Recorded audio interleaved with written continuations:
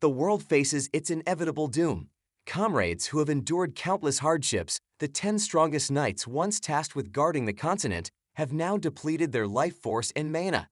Death permeates the contaminated lands that stretch far and wide, and it is all caused by a single entity known as Demon Commander Gluttony. In the darkness of night, a young boy stands amidst the lifeless bodies of hundreds of people, grieving for the devastating damage wrought by gluttony. The enormous and monstrous gluttony looms over him, making the boy appear small and insignificant in comparison. Despite acknowledging gluttony's strength, the boy refuses to surrender his life. He picks up a hammer and unleashes a lightning wallop attack upon gluttony, showing his determination to resist. However, gluttony mocks the boy's efforts, urging him to give up, as he seems futile in the face of such overwhelming power. Hitting gluttony once more with a hammer, Tiny demands that he shuts up. Employing the métier objurgation technique, he seeks a moment of peace amidst the chaos. However, as he gazes at the monstrous gluttony, Tiny realizes that he might meet his end alongside this formidable foe. He comes to know that he is out of mana. The realization dawns on him that perhaps everything went wrong right from the beginning.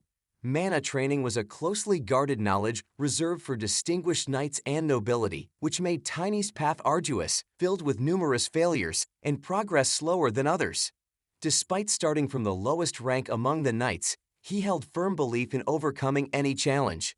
Yet, now he questions if his conviction held true. Reflecting on the past, Tiny wonders how different it would have been if he had received proper training methods from the beginning. Such preparation could have enabled him to save the continent and all its inhabitants. As he touches the wound on his belly, he laments the depletion of his mana.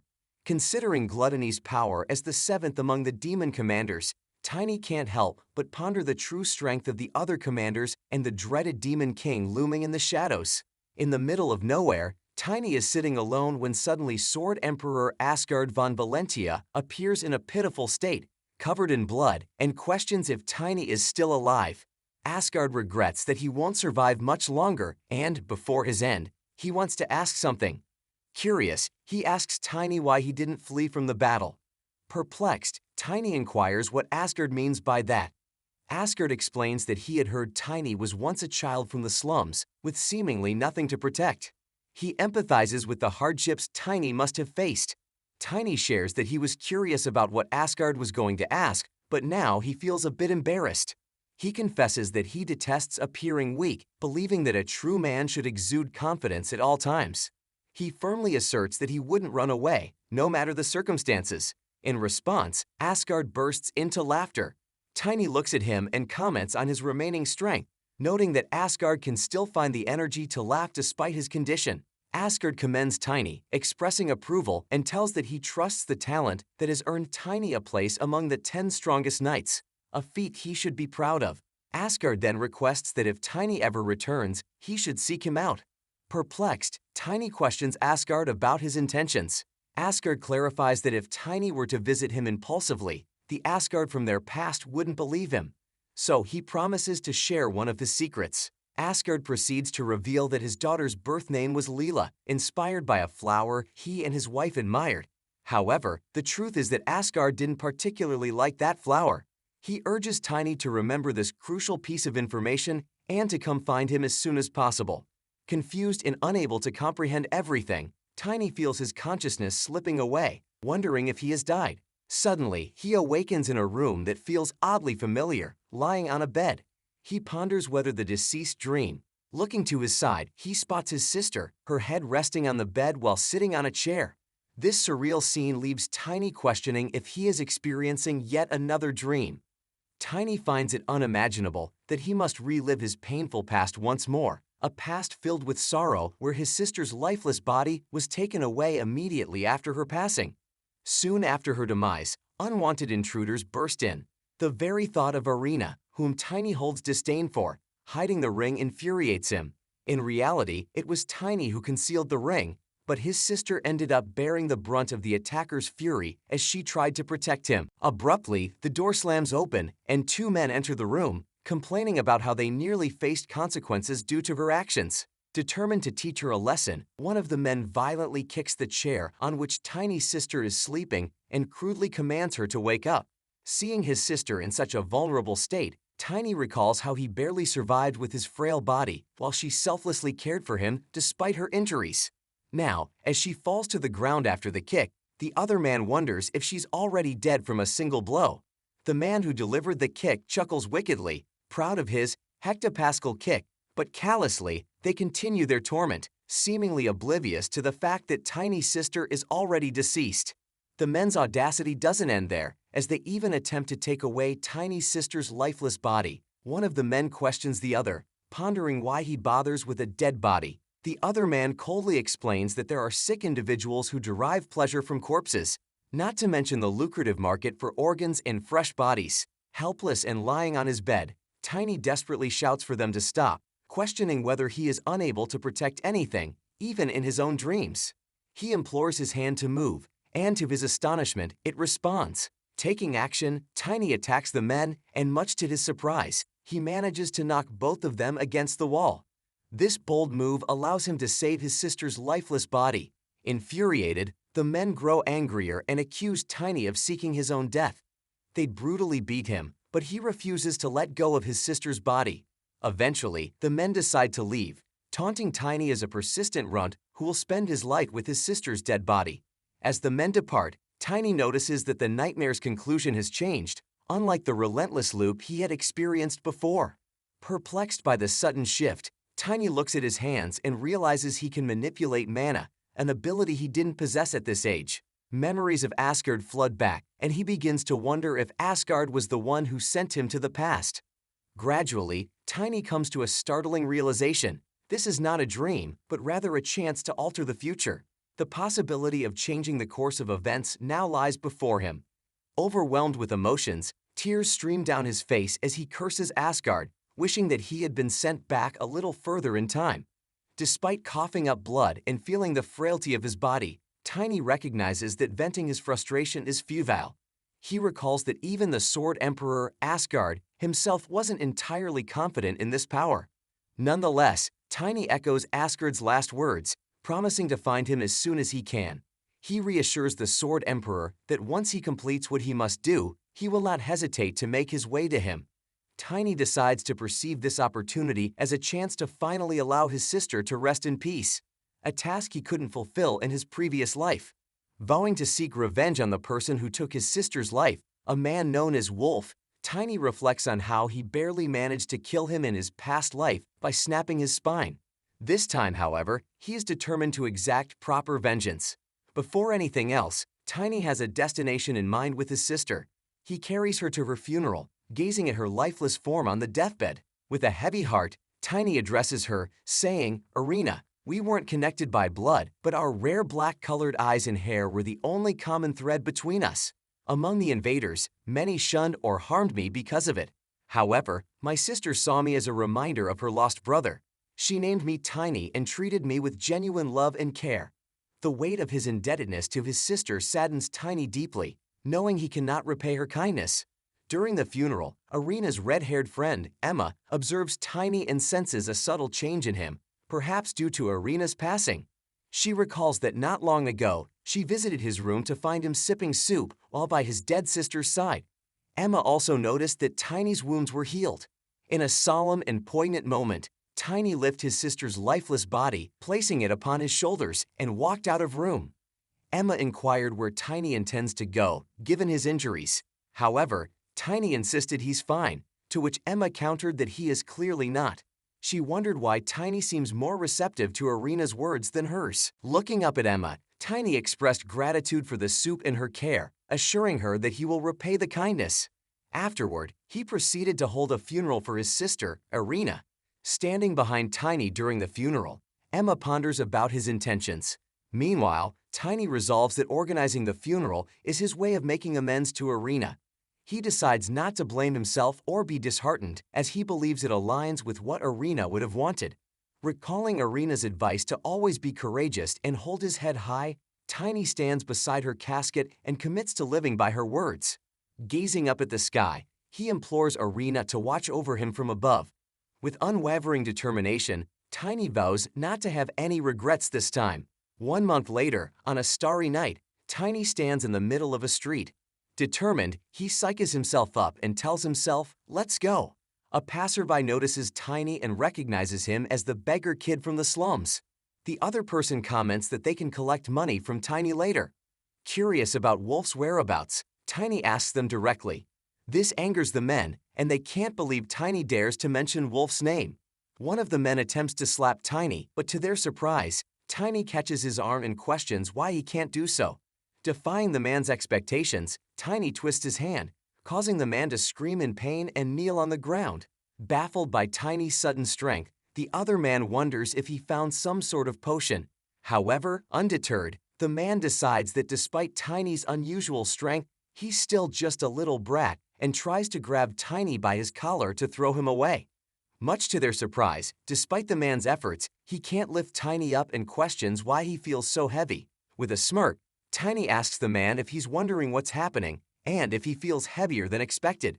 He taunts the man to give up because he won't be able to succeed.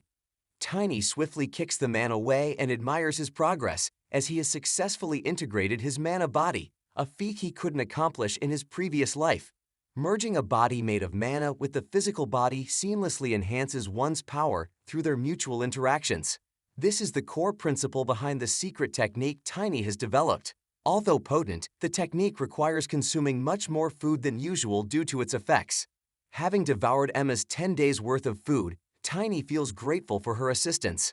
The man, who was just kicked by Tiny, desperately crawls away to save himself, but Tiny pursues him. Sharing a newfound insight, Tiny informs the man that he realized something after recreating his mana body. Freshly awakened mana more easily finds its place in damaged bodies. Fearfully, the crawling man inquires what he means.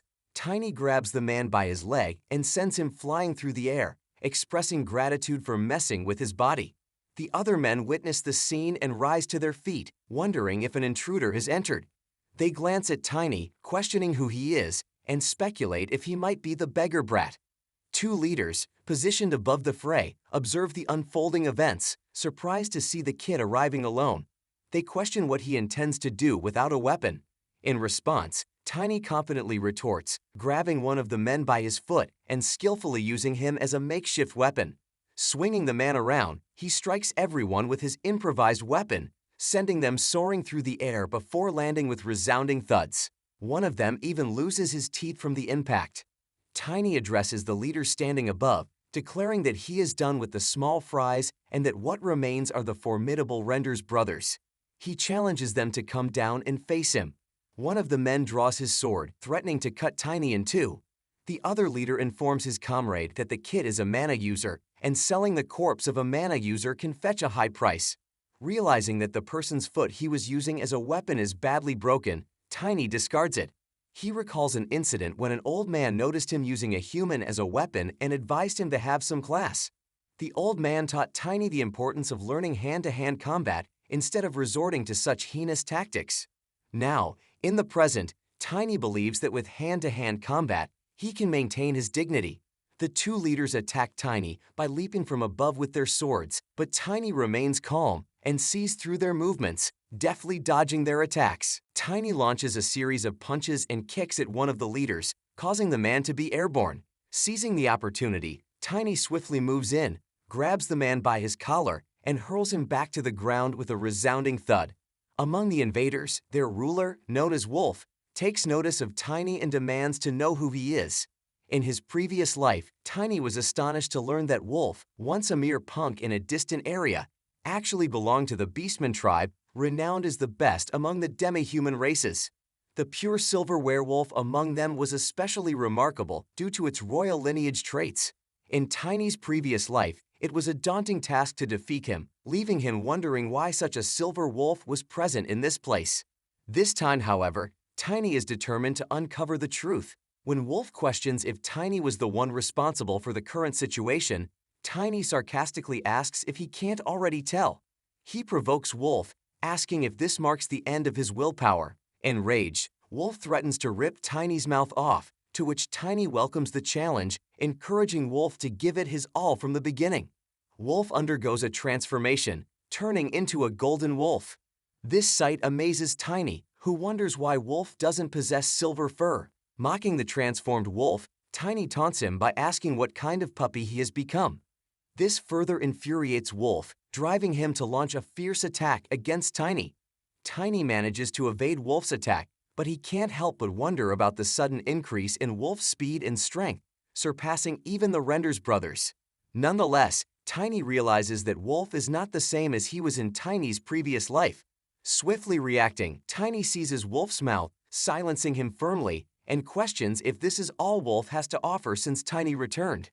Tossing Wolf aside, Tiny smirks, recalling the advice he received from a fellow beastman about dealing with his kinfolk in their berserk state. As Wolf rises, he becomes uncontrollable, throwing away the lifeless bodies lying on the ground and relentlessly attacking Tiny. Unfazed, Tiny remarks that beating a crazed dog is the best approach. He kicks away Wolf once more, causing him to cough up blood. Despite the beating, Tiny urges Wolf not to die just yet, as he needs to keep hitting him until he succumbs. Following the advice of the Beastman, Tiny continues to kick Wolf, making him scream in pain. The Beastman had assured Tiny that it's all right to beat them up a little since Beastmen possess excellent regenerative abilities. Tiny delivers a powerful kick, sending Wolf crashing into the wall, and the impact causes Wolf to revert back to his human form. Tiny asks him that has he come to his senses. Shaking, Wolf implores Tiny, questioning why he is treating him this way and what he wants from him. Dismissing Wolf's inquiries, Tiny sternly declares that this time it won't end with just his spine. Tiny demands that Wolf beg his sister, Arena, for forgiveness for the harm he inflicted upon her. Determined to bring solace to his sister's spirit, Tiny clasps his hands in a prayer gesture, closes his eyes, and hopes that this act provides some comfort to her. Turning his attention back to the miserable figure of Wolf lying on the floor, Tiny asserts that if it were up to him, he would have taken Wolf's head. In response, Wolf swiftly kneels and acknowledges his wrongdoings, apologizing to Lady Arena for his actions. Tiny commands Wolf to cut off a part of himself and bring it as an offering to his sister's grave. However, he has a change of heart, realizing that his sister probably wouldn't want to see Wolf's face even in the afterlife.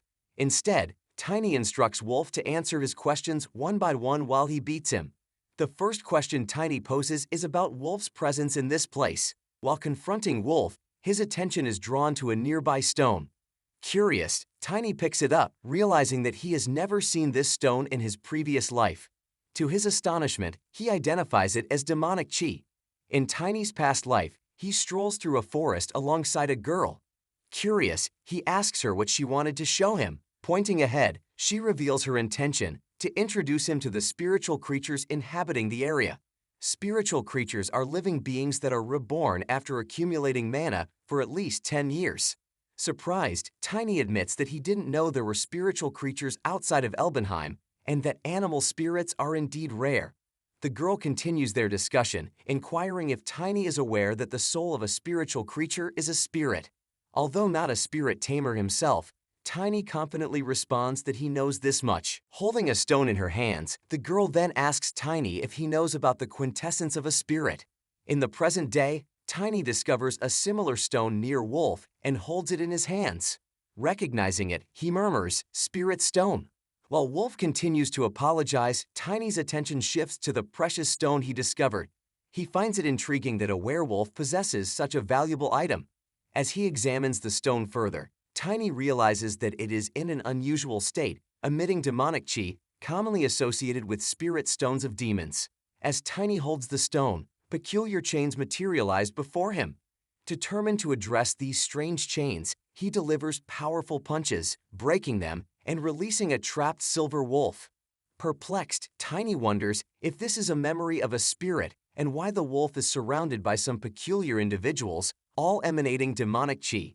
These little weird guys attacking the silver wolf with their weapons, causing it to bleed and collapse on the ground. In shock, one of them plucks out the wolf's spirit stone and hands it to a kid among their group.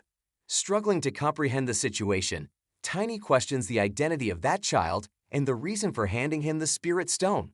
A realization dawns upon Tiny. He discerns that these malevolent individuals are creating beastmen by forcing people to absorb spirit stones, transforming the kid into the wolf-like being before him.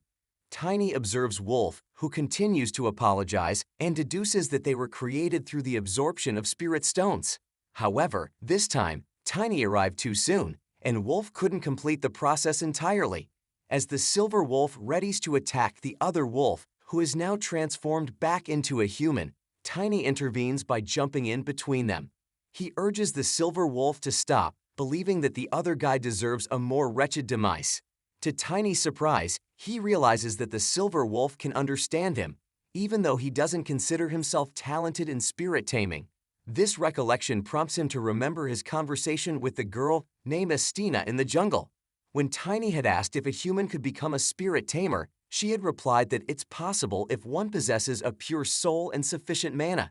However, Estina suggested that only young children are pure enough to achieve such a feat.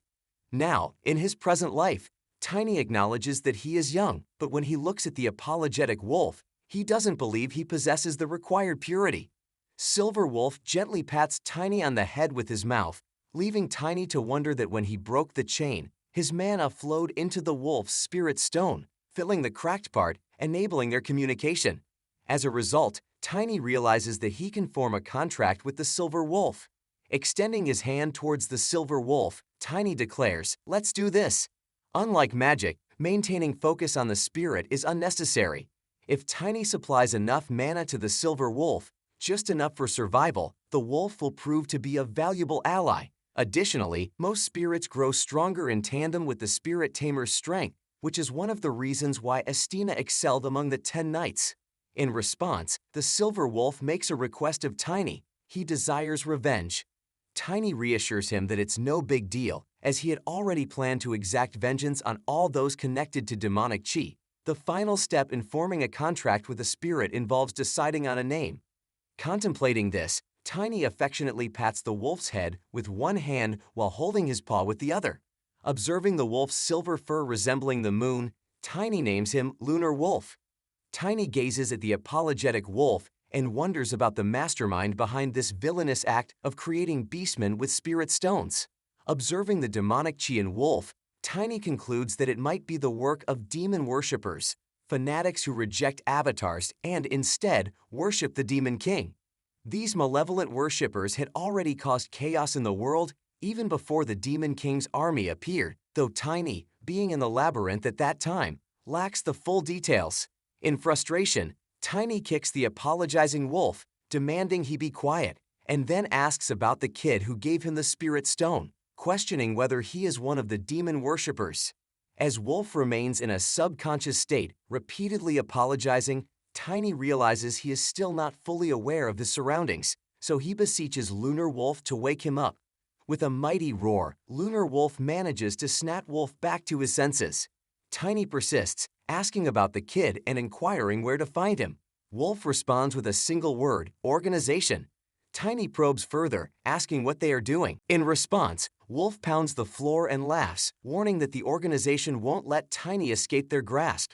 He reveals that he was merely a test subject, and before he can divulge their great power, an unexpected explosion decimates his head.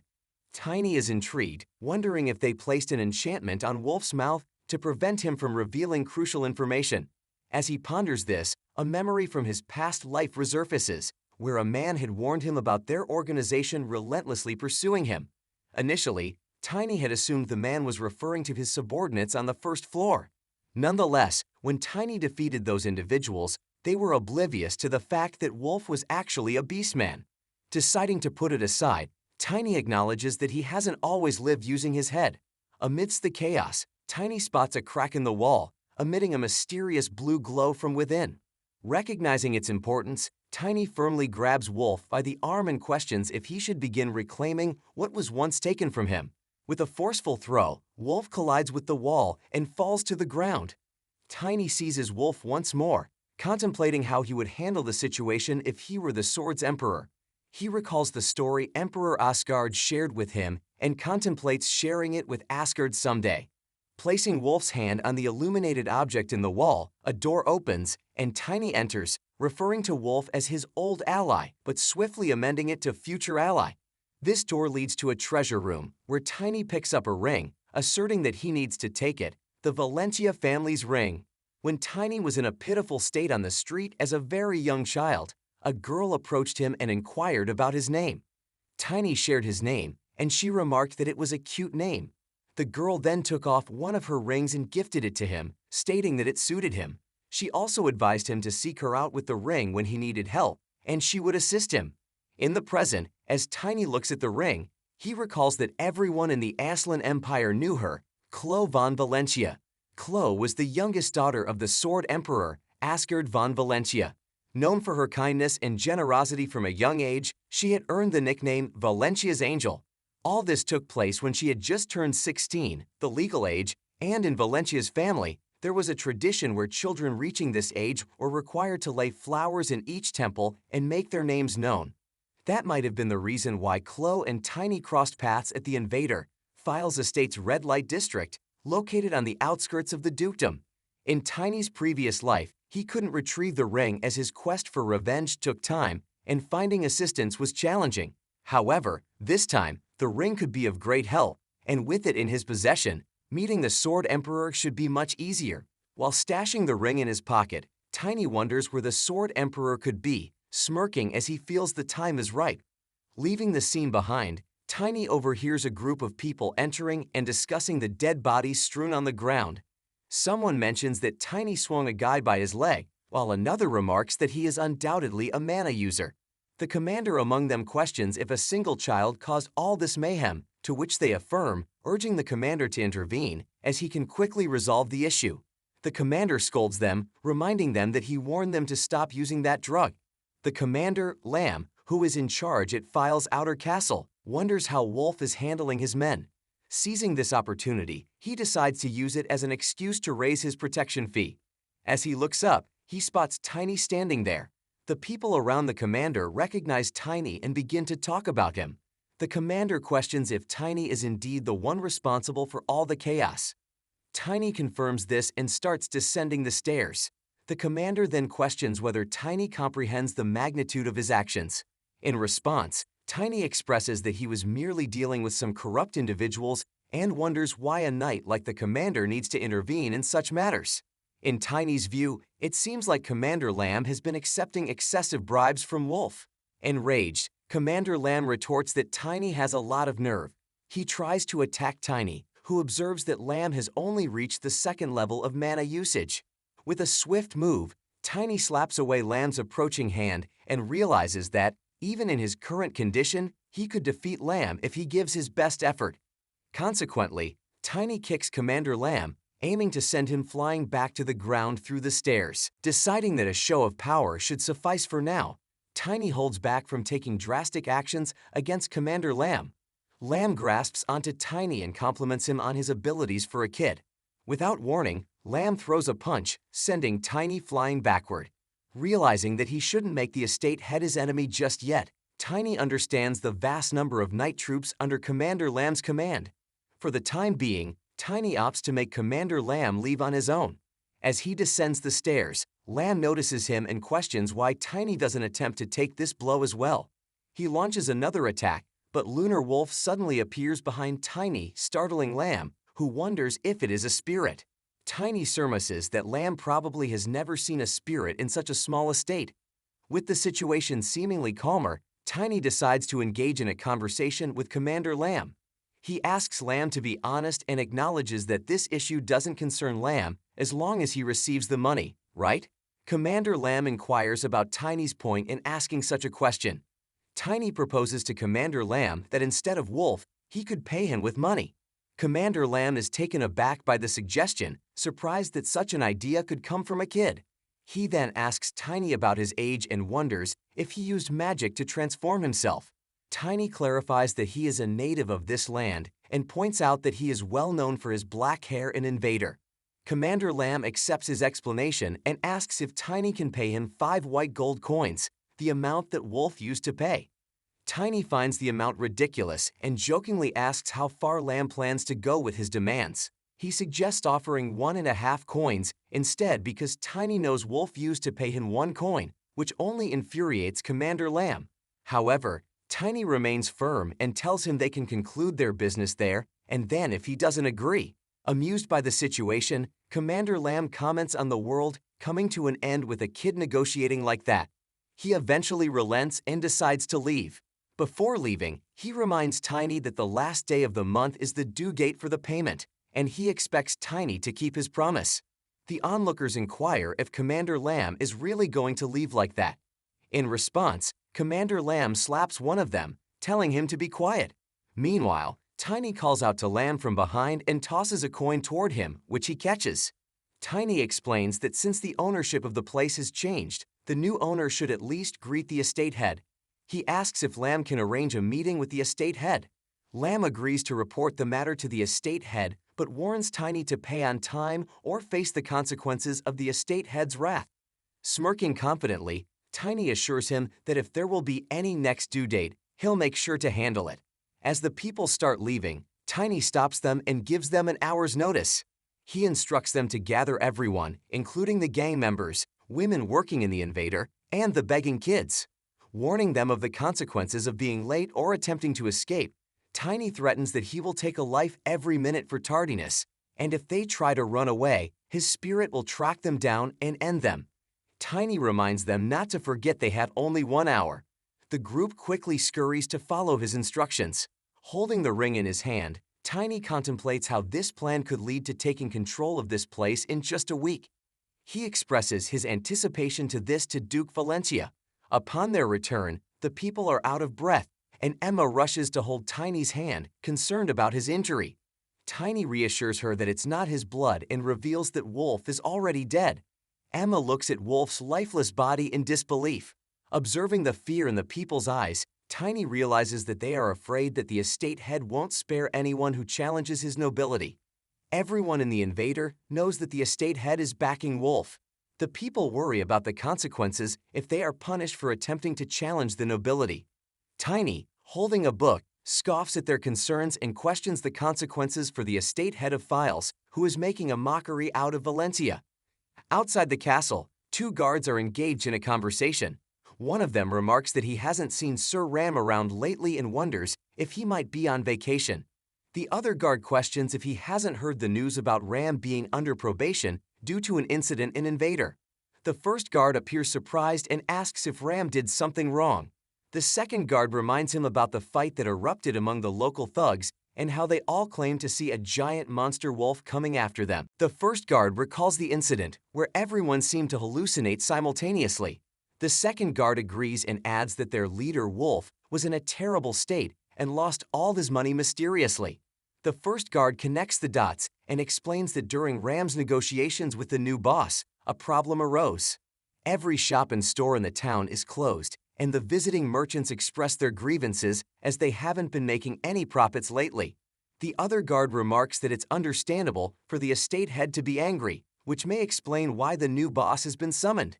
Meanwhile, Tiny listens in on their conversation, and the guard asks the other guard about the name of the person they were talking about earlier. Tiny recalls when he held a book and asked about the fate of the estate head of Files, who was ridiculing Duke Valencia.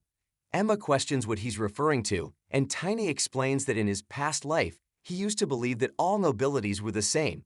Even after inspecting the account book, he failed to notice anything amiss. Following the estate head's request, Tiny handed over half of Wolf's fortune and the account book. However, in return, he only managed to gain a few acquaintances from Invader. Nevertheless, things are different for Tiny now. Despite not being the brightest individual, his experience as a knight has taught him that there are nobilities who stand far above the rest. While holding the book, Tiny catches Emma's attention, and she asks him if this will lead to the downfall of the estate head. Tiny advises her not to worry about understanding it at the moment, since it's not crucial. Perplexed, Emma asks him to clarify, and Tiny reassures her that the most important thing is that nobody in Invader needs to fear Wolf anymore. They are all free from his tyranny. Emma is taken aback and asks if they are truly free now. Tiny confirms it and encourages them to seize this last opportunity for revenge or to release their pent-up anger. Enraged, Emma marches towards Wolf and strikes him while cursing him for destroying her prosperous family. She swears not to let him die peacefully. The others present also join in the march, vowing to avenge their friends who were brutally beaten by Wolf. Sitting back and observing, Tiny realizes he lacks the skill for comforting others, and it doesn't align with his method of repaying debts or healing wounds. However, he advises the people to take back as much as they desire from this situation. Money can be a great aid in this process. Tiny informs them that the treasure belonging to Wolf is available for anyone, especially women and children who were compelled to stay an invader. He encourages them to take the money and leave. One of the women among them asks if he is really giving them all this money and wonders if he is serious. Emma raises a question about what Tiny intends to do. He reassures her that he is fine as he already obtained the money he needed. Emma insists that everyone in the world needs money, but Tiny explains that it's important to understand the source of this money. Even if they send the wicked guy to hell, the money will remain on Earth. As they look at Wolf's treasure, the people express astonishment at the vast amount of money they see. One woman wonders if she could have all of it. Addressing the crowd, Tiny offers a piece of advice and warns them against committing wrongdoings for money or leaking any information to the estate head. He cautions that his friend, Lunar Wolf, will track them down and tear them apart, piece by piece, if they betray their trust. Tiny suggests to Emma that if she's leaving the estate of Files, he recommends going with Diana. He advises her to always travel in a group and hire mercenaries from a reputable guild. Confused, Emma asks if he means they are leaving on their own, without him. Tiny explains that he has other matters to attend to. Understanding his decision, Emma expresses confidence in his strength and assures him that they will follow his advice and head to Diana.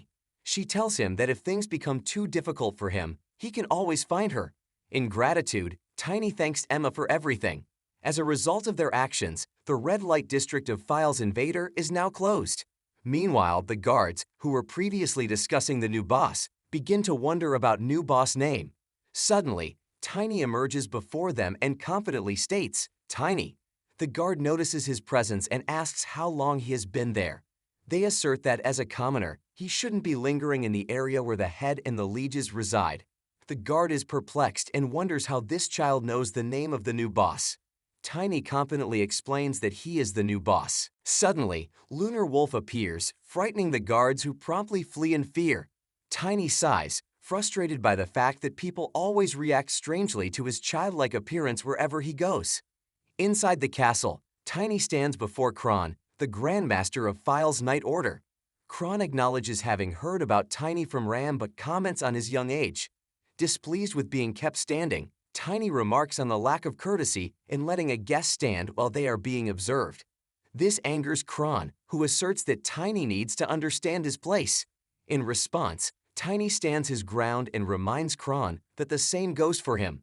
Unfazed by the fact that the Grandmaster, Fry, is aiming his sword at him, Tiny questions Kron's sanity, given that Tiny is the guest of the estate head. Kron taunts Tiny, remarking that it's no surprise his tongue stinks, given his background of living in the trash. Unfazed, Tiny retorts that he can't be certain about his tongue, but the stink seems to be emanating from Kron himself, who has the most rotten mouth among the Knight's Order. This response infuriates Kron, and he instinctively reaches for his sword, only to be stopped by the old man who intervenes and informs him that the head has been waiting for Tiny. Reluctantly, Kron puts his sword away and cautions Tiny to be careful inside, as the head is known to be strict. Brushing off the warning, Tiny dismissively responds, yeah, of course." Kron secretly plots to kill Tiny as soon as he gets the permission. He leads the way to the door of the head's office, announcing the arrival of Tiny, the one from the back alleys. The head instructs them to enter, and as Tiny lays eyes on the head, he wonders if that thing is the estate head. Tiny greets the ruler of Files by bowing down. The head asks where he learned his good manners. Tiny explains that he practiced a bit to be polite in front of him. The head, who is also Timon Volfile's Baron, praises Tiny's ability to act like a knight. While this is happening, Tiny thinks that he's having trouble getting used to this situation. He wonders if Baron is the same overweight estate head he knew in his previous life. As Tiny reflects, he remembers that Baron had a drug problem back then. He wonders if Baron looked like this before he started using drugs. Despite the change in appearance, Tiny knows Baron was a noble in his past life and still is now. Anyways, Tiny realizes that an account book going to the Duke of Valentia, which could harm Baron's position. This gives Tiny the opportunity for proper revenge. Baron talks to Tiny and mentions that he didn't treat Sir Kron the same way. Tiny responds by asking how he can treat the boss and a worker in the same manner. Tiny says he wants to work for Baron as well. This makes Kron angry. Baron then asks Tiny if he sees the leader of their group as someone to compete with. Baron shows surprise at Tiny's big dreams, but then Baron questions Tiny's age. He wonders if Tiny might have a mix of dwarf or elf ancestry. Tiny lets Baron know that he's only 13 this year, which surprises Kron. Baron says it doesn't matter since they can see Tiny right in front of them. But Baron points out that even though Tiny wants to work for him, he has taken Baron's money without permission. Baron asks Tiny to explain why he did that. Tiny tells him it was for Baron's own good. When Baron hears that, he comments that he initially thought Tiny was clever, but now it seems he doesn't quite grasp how things work in the world. Kron asks Baron if he wants him to immediately remove Tiny from the situation. At this point, Tiny steps in and asks Baron if he's aware that the Duke of Valentia has launched a crackdown on drugs and prostitution. Tiny adds that he's certain Baron knows that Lady Valentia paid a visit to his territory.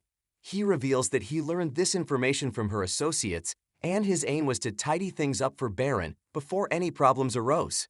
Tiny smirks, feeling pretty sure that he's sharing the truth and doesn't think Baron will run into any trouble if he decides to dig deeper into the matter. Baron thinks back to an occasion related to their youngest daughter's special ceremony, recalling that they were planning something significant at that time. Kron tries to brush off these thoughts as being just ideas from a child, emphasizing that Valentino is known for its not-so-good places. But before Kron can go on, Baron interrupts him and tells him to be careful about what he's saying and asks him not to go too far or cross certain limits. Quickly recognizing his mistake, Kron promptly apologizes. Baron responds to Tiny, acknowledging his point and agreeing that if Tiny's words hold true, even if the approach is rough, it's something commendable. Tiny expresses his gratitude for Baron's understanding. Additionally, Baron raises another matter he wants to clarify. He observes that it seems Tiny has command over a wolf spirit, wondering if Tiny obtained this spirit by taking it from Wolf's spirit stone. This revelation surprises Tiny, leaving him curious as to how Baron could have known about this. As Lunar Wolf makes an appearance, Tiny notices a circle formed from demonic energy near Baron. This leads Tiny to contemplate whether Baron is a dark magician. He reflects on the idea that devils typically demand sacrifices in return for lending their power. With the presence of a second circle magician, Baron appears to be someone who is engaged in disturbing and dark practices, perhaps even involving the sacrifice of numerous lives. These thoughts trigger a memory for Tiny, hearkening back to a scene where two men stood over his sister's lifeless body. One of the men questioned the other about why he bothered with her body, given that she was already dead. The other disturbingly replied that there are individuals with twisted inclinations who find pleasure in corpses, not to mention that organs and bodies can fetch a considerable sum of money. Tiny's memory takes him to another incident where he confronted two leaders in a fight. In that encounter, one of them looked at Tiny and casually remarked that due to Tiny having the body of a mana user, it could be sold for a high price. This realization dawns on Tiny, connecting the dots and leading him to the conclusion that Baron was the one who had been purchasing corpses from Invader. Another piece falls into place in Tiny's understanding. Wolf had the support of a dark magician. Baron directs a question at Tiny, asking why he's not responding. In response, Tiny admits that he doesn't grasp the essence of Baron's inquiry. This visibly agitates Baron, who then instructs Kron. Responding swiftly, Kron unsheathes his sword. Tiny recognizes that he might not be able to take on both of them simultaneously. In response, he summons Lunar Wolf, whose appearance startles Kron enough for him to step back. As Baron sits calmly on his sofa, he remarks that he truly holds authority over the forest. Baron contemplates that given the current situation, they have no choice but to consider acquiring a new test subject. This leads Tiny to wonder about the subject in question. He ponders if Baron is planning to use him as a replacement for Wolf in their experiments. Baron inquires with Kron about Tiny's level of power. Kron provides the information that Tiny is on the brink of reaching level 2. Baron seeks clarification, asking if this implies that Tiny is already comparable to a knight.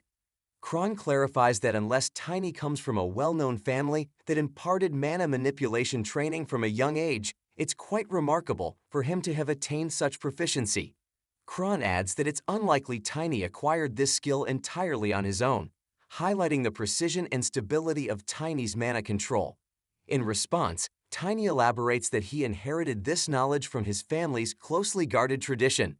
Baron proceeds to question Tiny once more, prompting him to provide an accurate response this time. Tiny deliberates on whether he should reveal the true source of his training.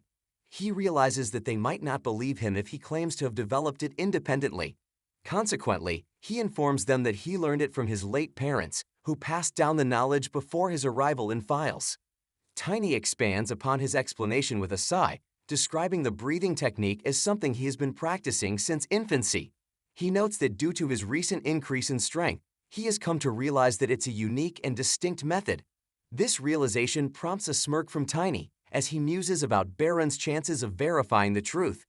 Given that Baron has accepted refugees from various places to bolster income from Invader, Tiny believes it will be impossible for Baron to trace his background or records. Tiny then presents his presence before Baron as evidence of his authenticity. Baron concurs, agreeing that Tiny's presence does indeed serve as proof. This outcome surprises Tiny, finding it easier than he had expected. Baron discloses his intention to verify Tiny's details through someone referred to as he. This mention of he leaves Tiny curious about who exactly Baron is referring to. Baron instructs Tiny to wait for a while. He explains that since Tiny's actions led to Wolf's demise and subsequent turmoil, he needs a scapegoat to assign blame. This concept of blame puzzles Tiny, prompting him to speculate on who might be implicated. He wonders whether he is linked to the organization Wolf had mentioned earlier. Tiny also contemplates the possibility of he being a powerful dark magician, a prospect that he finds concerning. Baron urges Tiny to respond, reminding him that Tiny had previously expressed a desire to serve Baron.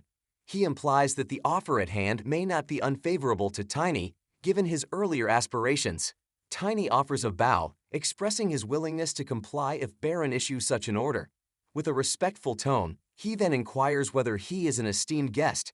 Baron confirms this, advising Tiny to exercise more caution and politeness in the presence of he. In this moment, Tiny recognizes that he still holds a card to play. He calculates the timeline required for the Duke's men to verify the authenticity of the account book, about 3 days, the assembly of a punitive army, another 3 days, and the army's journey to Files, approximately 10 days. Adding it all up, this totals a little over 15 days. With this time frame in mind, Tiny proceeds to inquire about the arrival of Baron's guest. Baron responds to Tiny's question with curiosity, wondering why Tiny is seeking this information. Tiny explains that understanding the timing is crucial for him to appropriately prepare and exhibit proper manners. Amused by Tiny's approach, Baron chuckles and asks if that's the reason. He then reveals that he is expected to arrive in a week, advising Tiny not to disappoint him. This revelation leaves Tiny feeling disheartened, as it seems his strategy may not align perfectly with the anticipated timeline. In his chamber within the head's castle, Tiny engages in a warm-up routine, all the while reflecting on the question. Did he mention a week? This pondering brings to light 2 distinct choices. The first option involves fleeing. Tiny considers that the residents of Invader should have had ample time to depart by now, which means that escaping alongside them might not be too difficult. If he decides to take this path, outwitting the head's men could potentially be managed without much trouble. However, Tiny recognizes the potential complications that could arise from this choice. Being placed on the head's wanted list would prove problematic, especially when it comes to his planned meeting with the Sword Emperor. Since Tiny has certain expectations from the Sword Emperor, he understands the importance of avoiding any actions that might jeopardize those future plans. Furthermore, the mere notion of running away doesn't sit well with Tiny. Despite his lack of strength, he has always approached challenges with the mindset of finding a way to conquer his adversaries. Considering the second option, Tiny questions the legitimacy of the guest's impending arrival within a week. He ponders whether this visit is truly an official one, particularly given how the estate head had addressed the guest with an air of high nobility. Moreover, the conspicuous absence of people within the estate head's residence just prior to the guest's arrival raises suspicion in Tiny's mind. Tiny's deduction leads him to believe that this could be an underhanded, unofficial visit. He deduces that the supporter behind the estate head is likely someone who cannot openly reveal their identity. With this in mind, he contemplates the potential outcomes of an unforeseen major event in Files before the guest's scheduled arrival. Such an occurrence could shift the focus and attention towards the estate head's home, possibly resulting in the postponement or cancellation of the visit. Although this approach involves a considerable level of risk, it aligns with Tiny's customary approach to challenges. However, he acknowledges that for this strategy to succeed, he needs to significantly bolster his own strength. This is crucial in order to effectively overcome both the Grandmaster and the estate head. Sensing mealtime approaching, Tiny concludes his warm-up session and departs from his room. In cafeteria, a cook attempting to serve food inadvertently spills it outside someone's bowl, prompting the recipient to admonish the cook for his inattentiveness. Following the cook's gaze, the recipient looks towards Tiny. Curiosity and astonishment ripple through the cafeteria's occupants, all of whom are taken aback by the sheer amount of food Tiny appears capable of ingesting. Some even wonder if Tiny possesses dwarf lineage, given the notion that dwarves share an appetite as that of orcs. Tiny's mana-infused body, which has overcome its earlier problems, gets a little stronger every time he eats. Basically, his power increases as he eats more. This special ability means he doesn't need to use medicines or herbal treatments. From behind, someone approaches Tiny and addresses him. The man poses a question, inquiring if Tiny is the same homeless boy who learned his manners from a dog. In response, Tiny offers a succinct response, a simple "yeah." This prompts the man to chastise Tiny, urging him to exhibit respect when interacting with adults. With a fleshless bone clutched in his hand, Tiny sneers in disbelief, mocking the idea of receiving respect, especially from someone who is picking a fight with a child. The man demands to know what Tiny said, and in response, Tiny playfully tickles the man with the bone while pointing out the ambiguity of his intentions. He questions why the man can't make up his mind. This exchange ignites a surge of fury within the man, prompting him to forcefully strike the table. Nearby, a man named Gren intervenes, urging the man to calm down as Tiny is just a youngster. Meanwhile, Kron approaches Gren from behind, instructing him to stay composed. Remaining composed in his seat, Tiny suggests to the man that if he's curious about Tiny's strength, he should go ahead and inquire. Playfully, Tiny adds that he assumed the man wanted to gauge his capabilities. The man warns Tiny not to be all talk and no action. Internally, Tiny braces himself for the forthcoming confrontation with the Grandmaster. He quickly corrects his thought, realizing that it's not just the Grandmaster, but also the estate head who is the driving force behind the situation. On the battlefield, Tiny and that man, Grant, stand face to face. Grant issues a challenge, inviting Tiny to come at him while warning that he will personally teach Tiny a lesson. In response, Tiny raises a question, asking Grant if he's truly certain he won't regret this choice. Amused by the term regret, Grant chuckles and urges Tiny to arm himself with a sword, emphasizing his intention to swiftly settle matters. Tauntingly, Grant questions whether Tiny is feeling fearful. Calmly, Tiny responds, stating that if Grant insists. In a sudden move, Tiny kicks a few pebbles scattered on the ground, inadvertently striking Grant's face. Enraged, Grant attempts to strike back at Tiny, but Tiny deftly evades the attack. Seizing an opportunity, Tiny delivers a swift kick to Grant's leg, causing intense pain. In that moment, Grant acknowledges his surprise at the strength of someone at level 1. Despite his agony, Grant is resolute, vowing not to be defeated so easily. Tiny realizes that Grant possesses remarkable resilience. Using all his power, Grant tries to attack again, but Tiny skillfully avoids it by moving between Grant's legs and quickly climbing onto Grant's shoulders. Perched on Grant's shoulders, Tiny assures him that he doesn't want to hurt him. Subsequently, Tiny hurls Grant to the ground, nonchalantly brushing his hands as he comments that knights aren't as formidable as they might seem. Amidst the onlookers, Gren stands among the crowd, baffled by the unexpected outcome. The realization sinks in that Sir Grant, a seasoned knight, was bested by a mere child. Observing Kron's gaze fixed on him, Tiny catches the fleeting glance before Kron quickly averts his eyes. This strategic victory was intentionally accomplished by Tiny without the aid of Lunar Wolf. Such a feat is rare, as not many possess the ability to defeat a knight single-handedly in a public display. As the defeated Grant is escorted away by others, Tiny contemplates how his actions will likely give pause to the feudal head's intentions to remove him. This turn of events increases the likelihood of Tiny's ultimate success. Right now, Tiny is thinking whether he went too far with his actions. He had to beat Grant because he wanted to become better than him, even though it wasn't an easy choice. This happened because Tiny had to use up his magical energy unexpectedly. If this had happened in his old life, he would have had to try really hard. In Tiny's past life, his magical body wasn't as good. His physical injuries healed quickly, but his mana took a long time to come back. But now, in his new life, his mana body is fully integrated, which means he doesn't have this problem anymore. He can do tough training without much trouble. He's getting much stronger than he was before. Baron is sitting at a table for eating, and his servants are bringing him food. Tiny is nearby too. Baron realizes that what he thought about Tiny was wrong because recent events have shown that Tiny is actually reliable. Tiny expresses gratitude to him for believing in him and personally checking on the situation. He receives a plate with a piece of steak on it. Baron lets Tiny know that the steak is made from veal. Baron also mentions that they have prepared various other dishes, and Tiny is encouraged to enjoy as much as he wants. In a polite manner, Tiny responds that he feels they might have prepared too much food for breakfast. This surprises Baron, who had thought that the powerful attack Tiny used to defeat the knight was fueled by Tiny's hearty appetite. Tiny explains that the events from yesterday unfolded because the knight had lowered his guard. In response, Baron tells Tiny that he is being too humble and expresses his strong anticipation for Tiny's promising future. Baron adds a touch of regret, mentioning that it's unfortunate there isn't a mentor available to guide a talented individual like Tiny.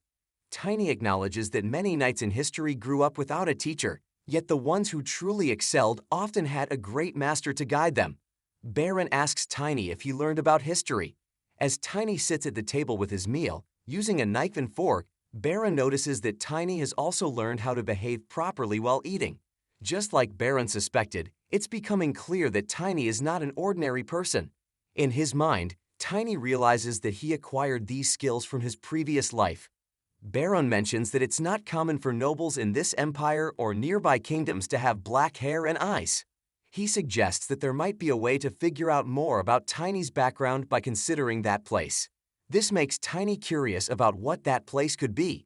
Baron continues to talk, saying that if his guess is right, he understands Tiny's thoughts. This understands that Tiny didn't expect anyone to value him that much. Confused, Tiny asks Baron to repeat himself, wondering what strange things Baron is talking about. Baron then says that he will explain all the details. Baron adds that they got in touch with he yesterday, and he was really happy about it. In Tiny's thoughts, he finds Baron's behavior puzzling, and he suspects that Baron might be addicted to something. It looks like Baron is okay because of the magic circle's power, but they don't know when the demon might want it back. In Tiny's previous life, it seems Baron was left behind by someone important during the war, and that's when he lost his magic. While sipping his tea, Baron tells Tiny that he should be excited about meeting this important person. Baron lets Tiny know that this person, whom he refers to as him, is significant and will give Tiny an important job. Tiny says thank you to Baron for this chance. Later, when Tiny is practicing, he worries about him and the group, but he decides not to focus on that right now. He's getting ready for whatever comes. The estate head is a second-level magician, and Kron is a powerful second-level fighter. Kron might be a bit stronger, but they're about the same in terms of skill. This is because magicians and fighters who use mana are at similar levels. In his past life, Tiny had already surpassed this stage, so he's determined to move up quickly. He thinks he can do it in 6 days. After 3 days, Tiny is still practicing, and he realizes his body might be small, but he's definitely become much stronger. His flexibility has increased, and his weight and strength are concentrated in a better way. Tiny's movements are much better now compared to his previous life. He understands now that his overly big and powerful appearance was a problem. In his old life, he just wanted to be large and strong, and his unconscious mana body reacted to that desire. This made his body overly big and disrupted the balance between his mana and physical body. He realizes that being big doesn't always mean being strong. 2 men approach the training area and see the little kid who had destroyed Sir Grant's ankle. They get scared and decide to leave, saying they'll come back another time. Tiny politely asks them to stay away from him. Over the past 3 days, everyone has lost interest since Tiny has been eating and training non-stop. Kron comes over to the training area and notices Tiny. He tells Tiny to come with him because the estate head wants Tiny to get armed. Tiny notices Kron's sword and thinks it's perfect timing. Kron mentions how highly the estate head thinks of Tiny, so he asks Tiny to appreciate it. They go into a locked place and Tiny looks around. He sees armors that seem expensive, but none of them fit him. Then, Tiny notices weapons, but there's nothing like a mace or a war hammer. He feels a bit disappointed and thinks he won't be able to earn extra money this way. Tiny asks Kron if he could get a sword like Kron's. Kron proudly responds, asking if Tiny thinks his sword looks like any regular iron sword. He talks about his sword called Regresses, which was made by a famous sword master named Rogers. Kron warns Tiny not to desire something beyond his level. Tiny wonders if Kron realizes how much effort went into making that single sword. He suggests that this sword might suit him even better. Kron is getting angry and asks if Tiny wants to die. Tiny proposes a competition to settle things. He says if he loses, he'll give his life. This makes Kron furious. Outside the room where weapons are kept, the guards hear what's going on inside. Suddenly, from inside, Tiny says, "Sorry, Grandmaster," and promises to be more careful in the future. Tiny emerges from the room looking very sad and showing clear signs that he was beaten up. He's holding something covered in cloth to help him walk. As Tiny walks away, the guards wonder if Sir Kron did this to the little kid. One guard says it must be hard to be so talented at such a young age, and he thinks the rumors are true. The guard asks, "What rumors?" The other guard whispers that people are saying their grandmaster doesn't like Tiny, and they're saying that the kid will be the next leader. The guard understands why there might be a reason behind it. The guard thinks it's still too much and that Kron must be really angry. Anyway, the guards decide not to get involved and to keep themselves safe. Tiny goes inside the house, and all the maids look at him with concern. They ask him how he got hurt like this. Tiny explains that the Grandmaster said he had something to give to Tiny, and then something happened between Tiny and Kron. The maids tell Tiny to rest and ask him to call them if he needs help with anything. Tiny says thank you and goes away. In his room, Baron is sitting down when a man comes and gives him a drink. Baron asks what happened to the sacrifice. The man tells Baron that they have kept it safe. Baron asks if there were bodies from the Wolf Gang again. The man says yes, which makes Baron realize that the kid, Tiny, has caused a big mess. Baron tells the man it's okay, he can leave now. Baron doesn't understand what Tiny is planning, but he thinks he should let Tiny get away with this small thing. After a few days, when they confirm Tiny's family background, it will help Baron succeed. The only problem Baron has is if Tiny doesn't belong to that family. If that's the case, not only will the people responsible be in trouble, but also Baron, who oversees the wolves. But Baron believes this won't happen. Based on how Tiny behaves, talks, and his knowledge of the past, Baron is confident that Tiny comes from a respected family. But it's not possible for a kid to defeat a knight using only their skill. It would only make sense if Tiny had learned the special technique of that family.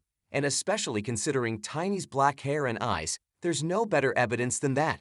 Baron goes to his bed, lies down, and thinks about how excited he is to meet him. Suddenly, Baron senses a magic alert and sits up in bed, wondering if it's the slave who dared to bother him. Baron guesses that he might use them for a sacrifice. However, Baron realizes that it's actually Tiny. Tiny stabs Baron in the chest with Kron's sword and says that Baron has to pay for his sins. The sword goes through Baron's heart, and he dies on the bed. The next morning, a maid discovers Baron's lifeless body. Everyone gathers in Baron's room. Grant informs them that a priest has already examined the scene. They found traces of dark energy, so they've gone to report this to the church. Grant adds that an investigator from the royal palace will also arrive soon. A knight asks Grant, "Why does Baron look so bad? He seems like he's been dead for many weeks." He's heard that bodies of black magicians decay quickly after they pass away. The knights are shocked by how bad Baron's condition is. Gren wonders why Baron made such a choice. Why did he give up his noble heritage and pick a path that would lead to his death if discovered? But then Gren realizes it's no use asking a dead person. There's one more issue to deal with. They look at the sword and are pretty certain it belongs to their grandmaster. A knight asks, "Could it be that our grandmaster?" Grant rejects that idea and says it's not possible. Another knight says that Tiny was so skilled that he had the chance to meet their leader one-on-one. What if Baron and Kron argued about making Tiny the new Grandmaster, and this made the Grandmaster really angry, leading to a rash decision? Another knight questions whether that's the reason.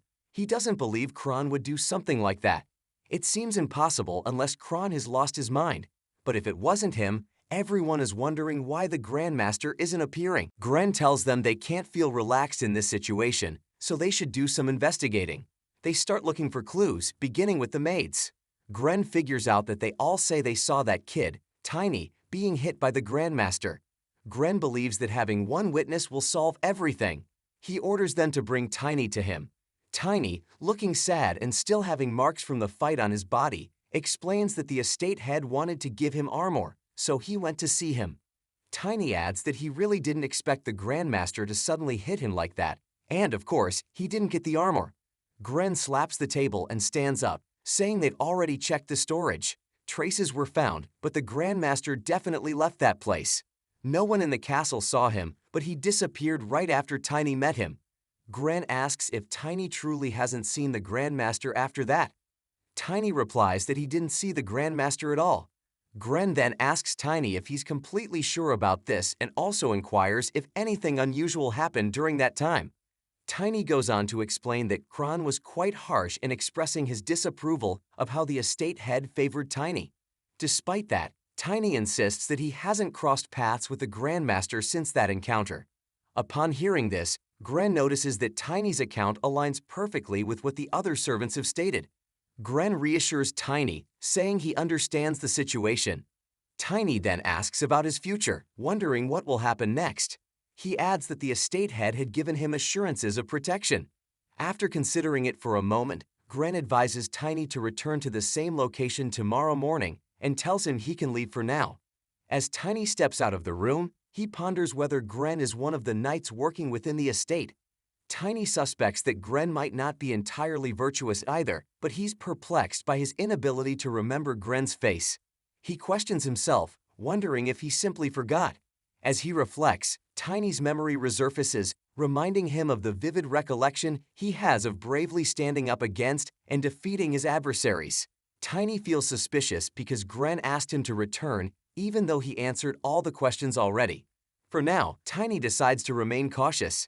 The next day, Gren gives Tiny a medal that shows he's a mercenary and some money, telling Tiny to take them. Gren explains that if Tiny wants to go to a different place without any problems, he should have the identity of a mercenary or a merchant. This medal, made by Gren, will prove Tiny's identity to others. Tiny realizes he was planning to get something like this anyway. Tiny is curious why Gren is giving this to him. Gren explains that staying in Blackwater will limit Tiny's potential, and Tiny should aim for bigger opportunities elsewhere. Gren adds that he's offering this advice as someone who has lived longer than Tiny. Tiny wonders if Gren might be saying this for himself too. It makes sense that Tiny can't remember Gren if he's planning to leave soon.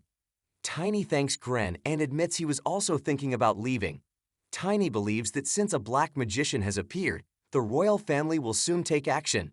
By stopping the actions of that person, Tiny has prevented the Duke's investigation team from coming as well. Tiny makes up his mind to go there by himself. Gren reacts and says he's glad to hear that, and if Tiny becomes successful, Gren wants him to remember Gren's name. Tiny then asks Gren for his name, which surprises Gren. Gren can't believe that Tiny didn't know his name until now. Gren introduces himself as Gren Liberty and tells Tiny to just call him Gren. Tiny politely asks Sir Gren to also remember his name and leaves. Tiny thinks that now, with both the estate head and the Grandmaster gone, the future of Files might rely on that knight, Gren. Tiny feels a bit sorry for Gren, as he overheard Gren saying that they would likely need a skilled tracking magician to find the Grandmaster, which seems unsolvable. Since Tiny now has a mercenary plaque, he plans to borrow a horse from a guild. Suddenly, Wolf Lunar appears and starts barking. Tiny understands the wolf's language and asks if Lunar is suggesting Tiny should ride him. Tiny quickly declines, explaining that their destination is too far and Tiny doesn't want to get motion sickness from riding a wolf.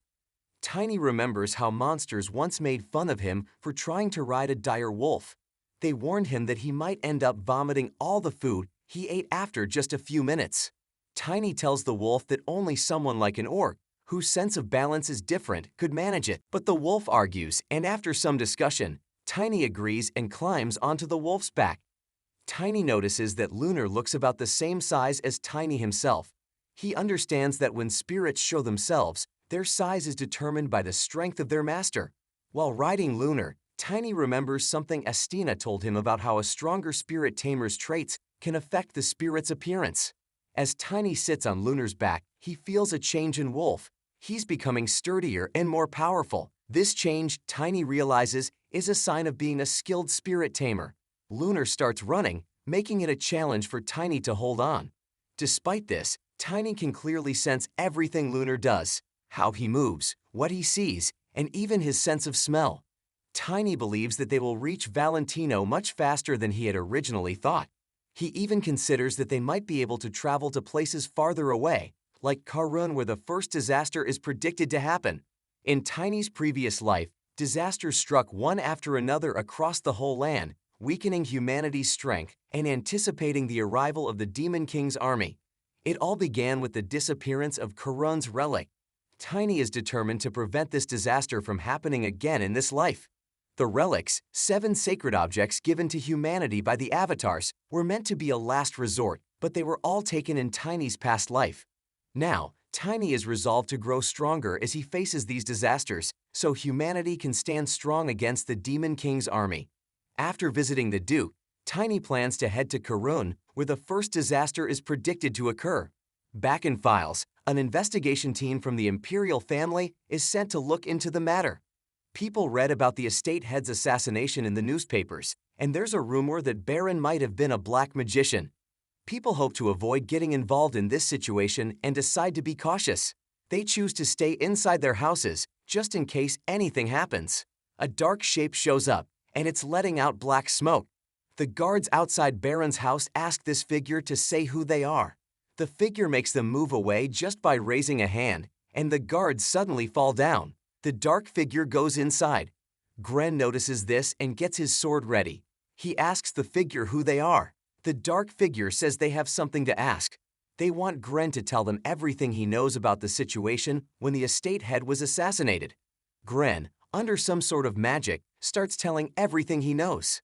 Then, the dark figure asks where the body of the estate head is. Gren explains that, following the request of the people investigating from the Empire, they put the estate head's body in his bedroom. The dark figure then tells Gren to wake up in an hour after he sleeps. After an hour, Gren wakes up and wonders if he just fell asleep. He realizes he might have pushed himself too much. A servant comes to Gren and says there's a problem. The estate head's body has disappeared. Gren becomes shocked because that was an important clue related to black magic. In the forest near File's castle, someone who has Kron's sword realizes that the sword's owner is already dead. They believe the person who killed the wolf is the same one who did it. They think it's that black-haired kid who disappeared after the incident. This person decides they want to make Tiny suffer for messing up their plans, no matter what. Outside the west gate of Lucentia Castle, there's a big crowd of people. Among them is Tiny, who notices that a lot of people are going towards Valencia. Everything has been going well so far, but if that person takes action, things might get complicated. Tiny is eager to get his equipment soon. He checks the money Gren gave him and feels thankful for Gren's kindness, but he doesn't think it's enough. Meanwhile, 2 men holding weapons come up to Tiny and ask if he has any money. Tiny stays still, and they suggest he should empty his pockets while they're being polite. With a smirk, Tiny asks them if they have any money on them as well. In his past life, on the dark streets of the land, there was an unspoken rule. If a big shadow appeared, people stayed silent, not even making a sound when they breathed. Once, in that life, when Tiny was busy fighting and hurting others, someone sneaked up behind him. They said that if Tiny continued to harm so many, his soul might become dark and he would suffer from guilt someday. They asked him to show kindness. Tiny replied that he would be okay even if that happened. The person challenged him, saying that right now he was about to kill. Tiny corrected them, saying he hadn't killed anyone, only dealt with those who caused trouble. Now, Tiny has managed to defeat the 2 men who asked him for money. People nearby are amazed that this young kid took down the Rufus gang, who are as powerful as knights. Tiny reacts with a bit of surprise, wondering if knights are really that weak. One of the men angrily gets up and threatens to hurt Tiny, but Tiny punches him, sending him crashing into the other man who was trying to stand. Tiny then kicks the other man in the face, and both of them end up on the ground. Tiny then takes their wallet and notices that it's quite heavy. The men caution Tiny that their leader won't let him get away with this. Tiny thanks them for the money. After that, Tiny goes to buy armor. The person selling the armor shows him one made from the leather of an iron bull from a place called Mount Nambu. The seller mentions that this armor can deflect most arrows. Tiny finds it useful and tells the seller so. Outside the shop, two men are talking. One says to the other that he can't even get close, but the other one mentions he can at least admire from afar since she's very beautiful. Tiny asks the seller if there's some special event happening. The seller asks if he doesn't know and tells him that the Princess of Valencia is going to patrol the streets. Tiny remembers that Irina taught him about affection and the Princess of Valencia taught him about hope. Even though things didn't turn out well, that hope helped him escape from invaders. Tiny wonders if both of them played a role in changing his life. If the princess recognizes and approves of Tiny's life, it will be evidence that he has lived the way she wanted him to. Tiny remembers that in his previous life, when he met the princess, she called him Tiny. But then she realized he had grown bigger and said he was no longer small enough for that name. Now, Tiny believes that she might have forgotten about him. Since they are meeting again so soon, he thinks she will remember him in this life. Tiny decides that he's going to ask her for a favor, specifically to help him meet the Sword Emperor. The oldest son of Count Lucent, named Edmund von Lucent, guides the princess around the city. Edmund tells her that Lucentia is one of the largest cities in the central area. He goes on to talk about the city's most unique feature, like the biggest market and other things. But the princess tells him that she isn't interested in trade and business. Instead, she asks if she can visit the slums. Edmund is surprised by this request and wonders why she would want to go there. The princess explains that the people there are also part of this land, so she wants to see their living conditions. Edmund agrees with her and says he will lead her to the slums. The princess is curious why he's reacting that way. He should have known these things if he was trained to be an heir. The princess remembers her dad, telling her to care for those who are struggling the most so that their lives can improve and the country can do well. The princess wonders if her dad is the unusual one because he actually does what he learns. She wishes she could step forward and convince people to change their views, but she knows that soon her fiancé will be chosen and announced, and her life won't be as free as it is now. The princess thinks about whether she should find solace in a temple. The call to love and serve at the temple has been there for a long time. Then she understands her father would feel sad because he wouldn't want her to grow old and lonely all by herself. Suddenly, Tiny comes near her. She looks at him and wonders why a child is here. Edmund asks his guards who this child is and where he came from. The princess tells Tiny to leave immediately. Tiny takes a ring out of his pocket and shows it to them. He says this ring was given to him by the princess herself. Tiny kneels in front of the princess and explains that she had told him to find her. He says it took some time, but he's here now, just as she wanted. The princess notices the ring and says that yes, it is her ring.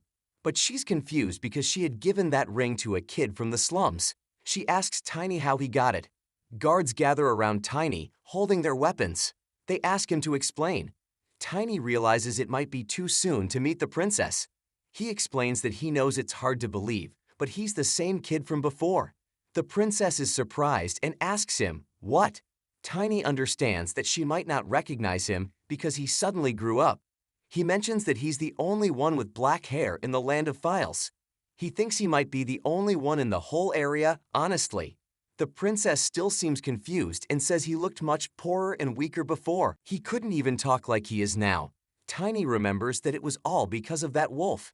The princess explains that the kid in the slum was much smaller, and he was cute but also very pitiful. Tiny realizes that Princess always liked things that were small and cute. He comes up with an idea and gives Lunar, the wolf, to the princess. The princess holds Lunar and pets him lovingly, commenting on how incredibly cute he is. The guards inform her that Lunar is cute, but he's the spirit of a stranger. The princess, still cuddling Lunar, says she heard that spirits only bond with those who have a pure heart. Tiny smirks at himself, thinking that this is indeed true. a guard notices that Tiny has real weapons and a spirit with him. The princess asks Tiny what the spirit's name is. Tiny says he named him Lunar Wolf, which means a wolf that appears in the moonlight. The guard notices that Tiny also knows languages from the East. The princess says the name is nice and adds that she didn't expect Tiny to change so much in just a few months. She remembers that Tiny seemed much younger than 10 years old back then. She says his name also meant small or something. Tiny informs her, saying that his name is Tiny and he just turned 13 this year. He explains that after learning mana, he started growing faster. The princess realizes it was indeed that name. Guard Vivian then asks Tiny who he really is. She wonders if he's some kind of demi-human or something. Vivian apologizes for speaking harshly in front of the princess, but explains that it's her duty to keep the princess safe. Edmund finds Tiny suspicious. He suggests that it might be a good idea to keep Tiny away from the princess and questions him. Tiny says he won't force others to believe him and mentions that when the princess gave him the ring, she told him to ask for help whenever he needed it. This statement angers Edmund, and he's astonished by how the kid is ignoring him. The princess agrees that she did indeed say that and asks Tiny if he needs her help. Tiny asks if he can meet Mr. Esgard von Valencia. Vivian is shocked and calls Tiny crazy for asking that. Tiny questions her, asking if she really believes he could harm Mr. Esgard in any way. He reminds her that Mr. Esgard is one of the 7 superhumans of the continent, someone who uses aura and has the power of destruction. He's known as the Sword Emperor.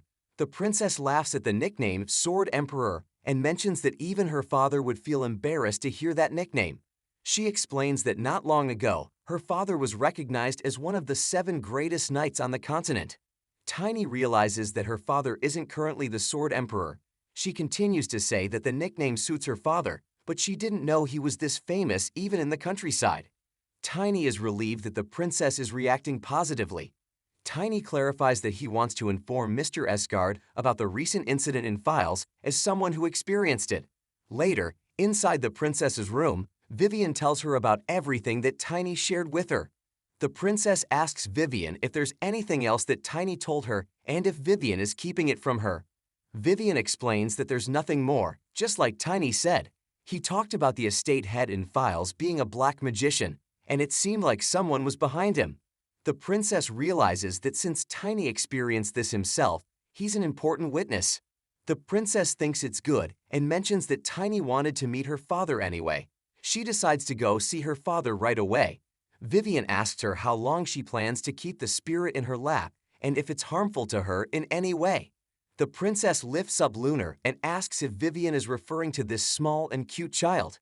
Vivian thinks about the word cute and refrains from looking at it too much. The princess then asks Vivian where Tiny is. Vivian isn't sure and explains that Sir Edmund said he had some business with Tiny and took him away. This news startles Lunar and he runs off. Edmund takes Tiny to a secluded place and mentions that they can finally have a proper conversation. Edmund asks Tiny what is his name. Tiny tells him. Edmund asks if Tiny just spoke to him as if they were friends. Tiny doesn't answer that and instead asks Edmund if he really knows something about the Black Magician. Edmund responds, saying he doesn't care about the Black Magician and admits that he made it up earlier just because Tiny was being difficult. Tiny then asks Edmund if he lied to him. Edmund tells Tiny to stop talking back and Tiny calls him illiterate. This angers Edmund and he tries to slap Tiny while asking if he has any manners. However, Tiny stops the slap by grabbing Edmund's hand. Edmund gets even angrier and demands to know how Tiny dares to block him. Tiny twists Edmund's hand, causing him to scream in pain because he can't move his arm. Edmund warns Tiny that if he continues to act impolitely, he will tell the princess about it. Then, Edmund questions Tiny, asking how dare he use violence against a noble person. Tiny seems amused by the word noble and asks what that means.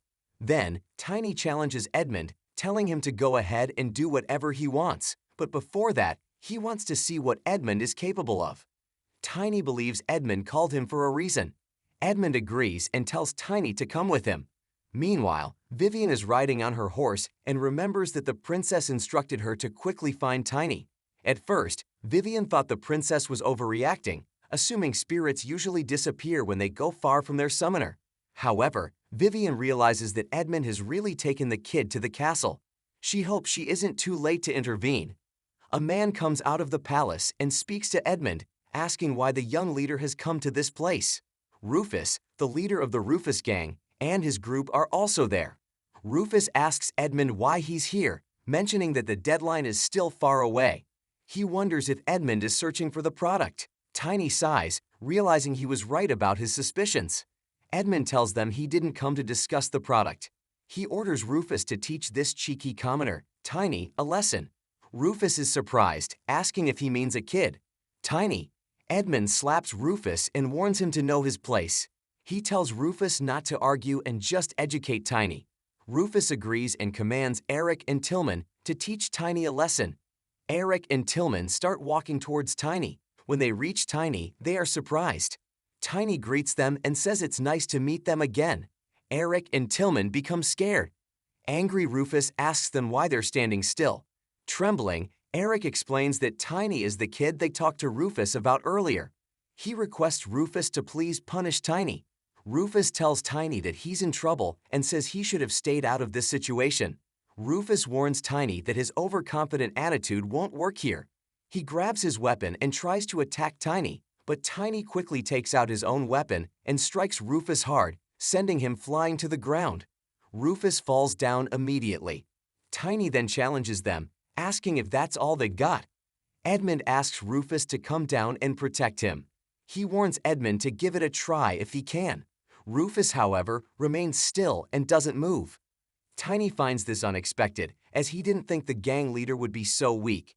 Next, Tiny looks at Eric and Tillman and asks them what about them. This scares them. Just then, Vivian arrives, searching for Tiny.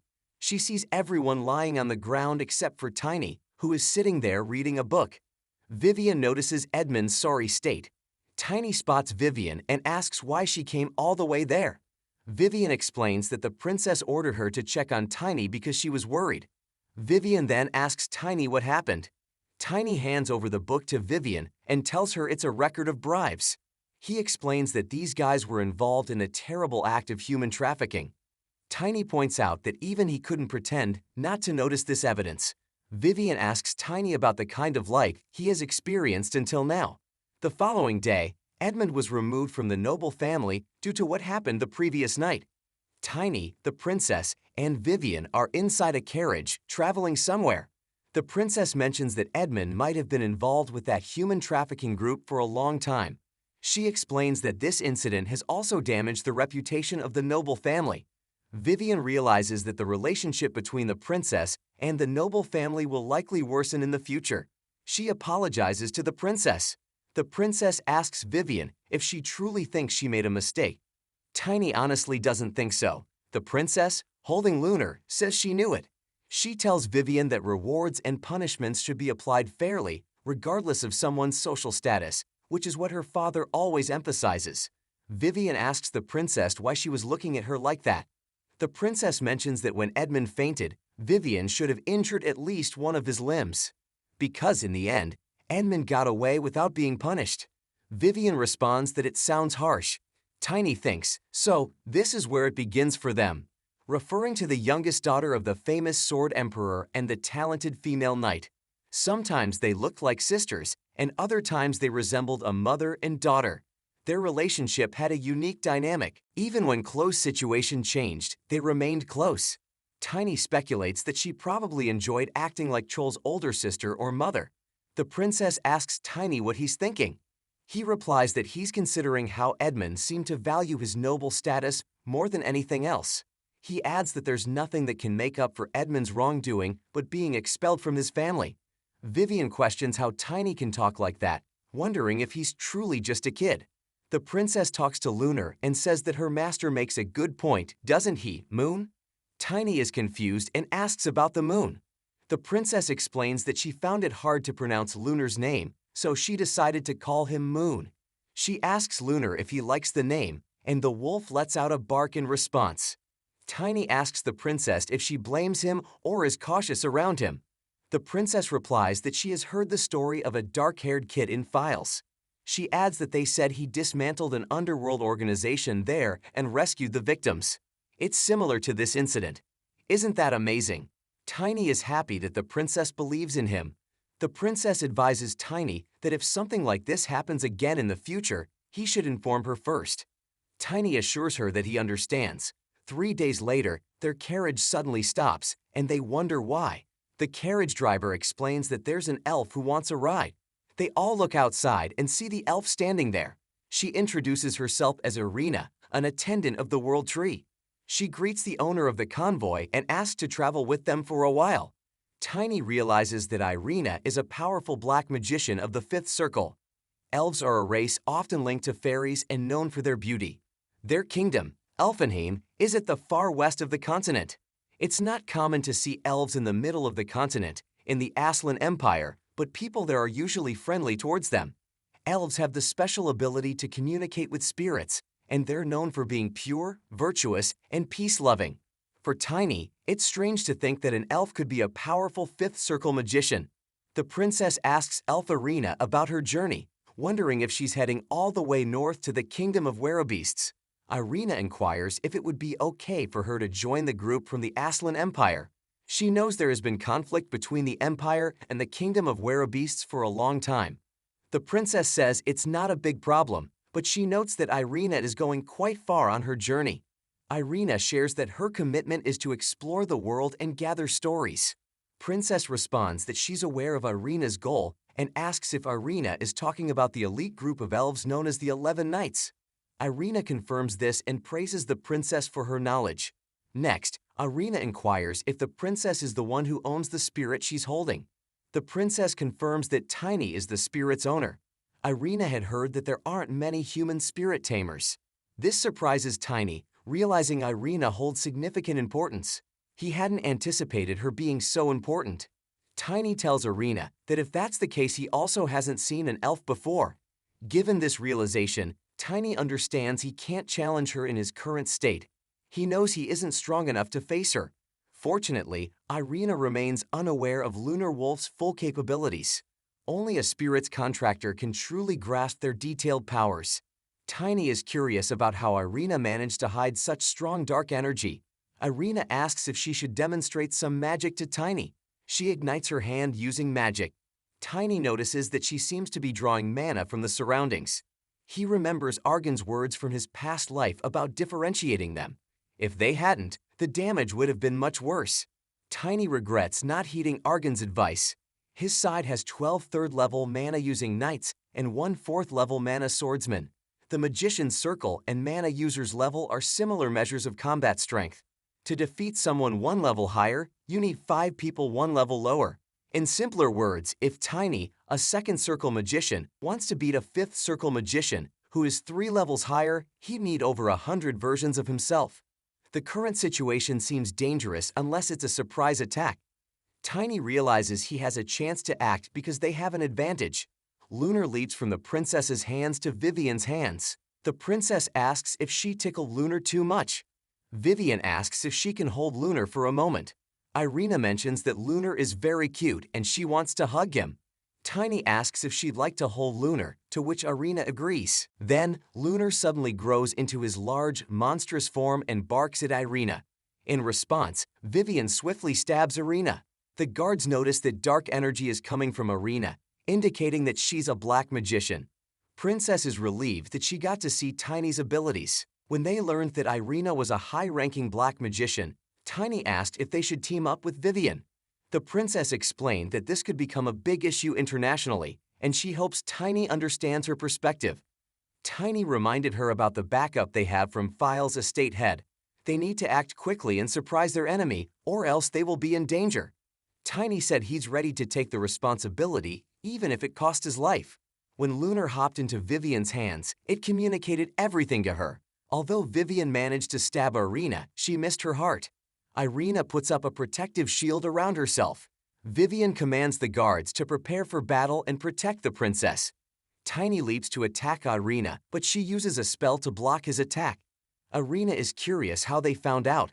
Tiny explains that he could sense a bad smell. Irina questions if he played a trick on her and starts using powerful magic. Irina starts using black magic to make her shield stronger. Then, Tiny activates his iron body, which makes Arena's shield weaker. Because of the strong push, Tiny falls back. Tiny realizes he's using his iron body for the first time in this life and thinks it was a close call. Vivian orders the guards to attack Irina since her shield is weaker now, calling her a demon worshipper. Irina curses Vivian. Riding on Lunar, Tiny suggests they join the fight as well. Everyone tries to attack Irina, but they miss because of a protective bubble shield around her. Irina mentions that she initially planned to kill just one person, but now she might as well kill them all. Vivian wonders if she should laugh at Irina's joke. In response, Tiny tells Irina to stop with the nonsense. Both of them try to defeat Irina once again. Irina gets very angry, but before she can react, Tiny launches an attack from above that breaks her shield with a big explosion. Vivian then tells her guard to start attacking Irina. Tiny notices that despite the explosion, Irina still seems okay. Irina uses her black magic again to make her shield even stronger. The shield grows towards the princess. Vivian acts quickly and positions herself between the princess and the shield, protecting her. Vivian tells her guards to wait for a moment as the shield turns into a kind of black magic flame. Tiny floats through the flame, thinking it's nice because now he can block the flame completely. This improvement makes Tiny's iron body skill stronger than it was in his previous life. Tiny realizes that they just need to keep attacking as much as they can. Tiny's plan is working well as the flame suddenly explodes and they all fall onto their backs. Irina is sitting there, holding her stab wound and without any shield. Tiny, riding on his wolf, goes after Irina because his plan is working. He just needs to attack one more time. Vivian also hurries towards Irina to attack her, but Irina uses her black magic again to stop Vivian and Tiny from getting close. Vivian is surprised that Irina still has so much strength left. Tiny breaks through the block and continues moving toward Irina. When he gets close to her, he uses his weapon to attack. A loud explosion happens as he strikes, and Irina tries to run away. Vivian tells her guard to chase after the opponent who is running away. Irina asks Demon for help. Tiny sees this and wonders if Irina is using the final trick of demon worshippers. It's called self-immolation, where they sacrifice their body to make their magic stronger. Irina uses her powers to make everyone start burning. They all run away to save themselves. Tiny notices that the guard knights are already very tired. What they really need right now is a strong attack to quickly defeat Irina. Tiny tells the princess that they've given her enough time, and now it's Chloe's turn. The princess closes her eyes and starts doing something, and then she summons a powerful light spell. People can get strong through blessings and hard work, called divine power. When someone good gets blessed by a priest, they gain a special power against bad things, which is called power against evil. But some folks are born already strong like this, and they're called knights and saintesses. These people are really rare. Some holy people who haven't left their families are called clerics. The guards who protect the princess are amazed as they watch her use light magic. They're surprised because they didn't know she could do that. Even the famous sword emperor seems scared of her going out. Tiny hasn't seen a cleric stronger than Chloe. He thought Chloe might not be very strong, but she's actually more than enough. Chloe hits Irina with her summoned light, and Irina falls down in shock that she lost to them. Tiny gives Irina a strong hit with his weapon on her head and says he has to end this since the others are all knocked out. The princess runs up to Tiny and asks him not to kill Irina. Tiny wonders what's going on. The princess explains that they still need to ask Irina some questions. She stands next to Irina, who is lying on the ground, and says that she couldn't even sense any bad energy from Irina, even though she's a cleric. The princess wants to understand why this happened. Tiny encourages her to continue. The princess thinks maybe she should use her special energy to heal Irina. Tiny tells her that if she wants to end her life, it's her choice. The princess realizes they might not have any other option. Irina's body turns into ashes and black smoke, kind of like what happens to dark wizards when they die. Knights come up to the princess and ask if she's really a cleric, saying that's amazing. The princess admits her secret is out, and she feels like she's the one who lost. Then she asks Tiny if he already knew. Tiny asks, "Knew what?" The princess says that he was the only one who wasn't surprised when he saw her strong abilities. Tiny confirms that, yes, he knew. The princess asks Tiny how he knows her secret, which even her family didn't know.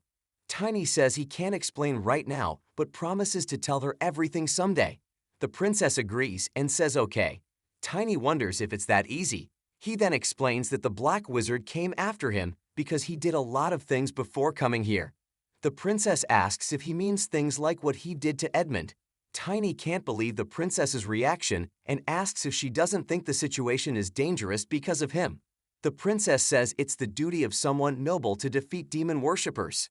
She adds that if she had died, it would have been her own fault for not being strong enough, and she can't blame Tiny for that. Tiny closes his eyes and realizes that the princess is still the same. She pats Tiny's head and asks if he was worried about her, finding it cute. From behind, Vivian asks Tiny if he doesn't like being called cute. Tiny responds that he doesn't really love it. Tiny asks if Vivian knows how old he is. Vivian answers that he is still a kid. She playfully squeezes Tiny's cheeks and says kids his age usually don't like that word. Vivian tells Tiny that sometimes he's just like any other regular kid. The princess interrupts and says that this isn't important right now because she needs to inform her father about what happened with Arena as soon as possible. She explains that she has to make a report in the nearest city from here. Now, they are all standing at the Thyvan front gate. Tiny looks ahead and thinks that he knew the Sword Emperor loved his daughter a lot, but this is something unexpected. The princess gets embarrassed and covers her face, wondering why her dad had to do something like this. The princess's guard knights also look ahead in awe and ask if those are the Blue Wing Knight Troop. Tiny realizes that the Blue Wing Knight Troop is definitely well-trained and remarks that it's expected. He explains that all the members are experts, at least in their class, and they're the best in the country. The leader of the Blue Wing Knight Troop, Knight of Speed, takes off his helmet. He goes down on one knee in front of the princess and tells her his name is Garen Clemen, the vice leader of the Blue Wing Knight Troop. He says that he and 104 other knights are here to greet the princess. The princess says thank you to Knight Garen and the other knights for their efforts. She tells them they can all stand up. Knight Garen agrees and stands up. He says they'll do what the princess orders. Garen adds that he's glad to see the princess looking healthy. He mentions that her father has been very worried about her.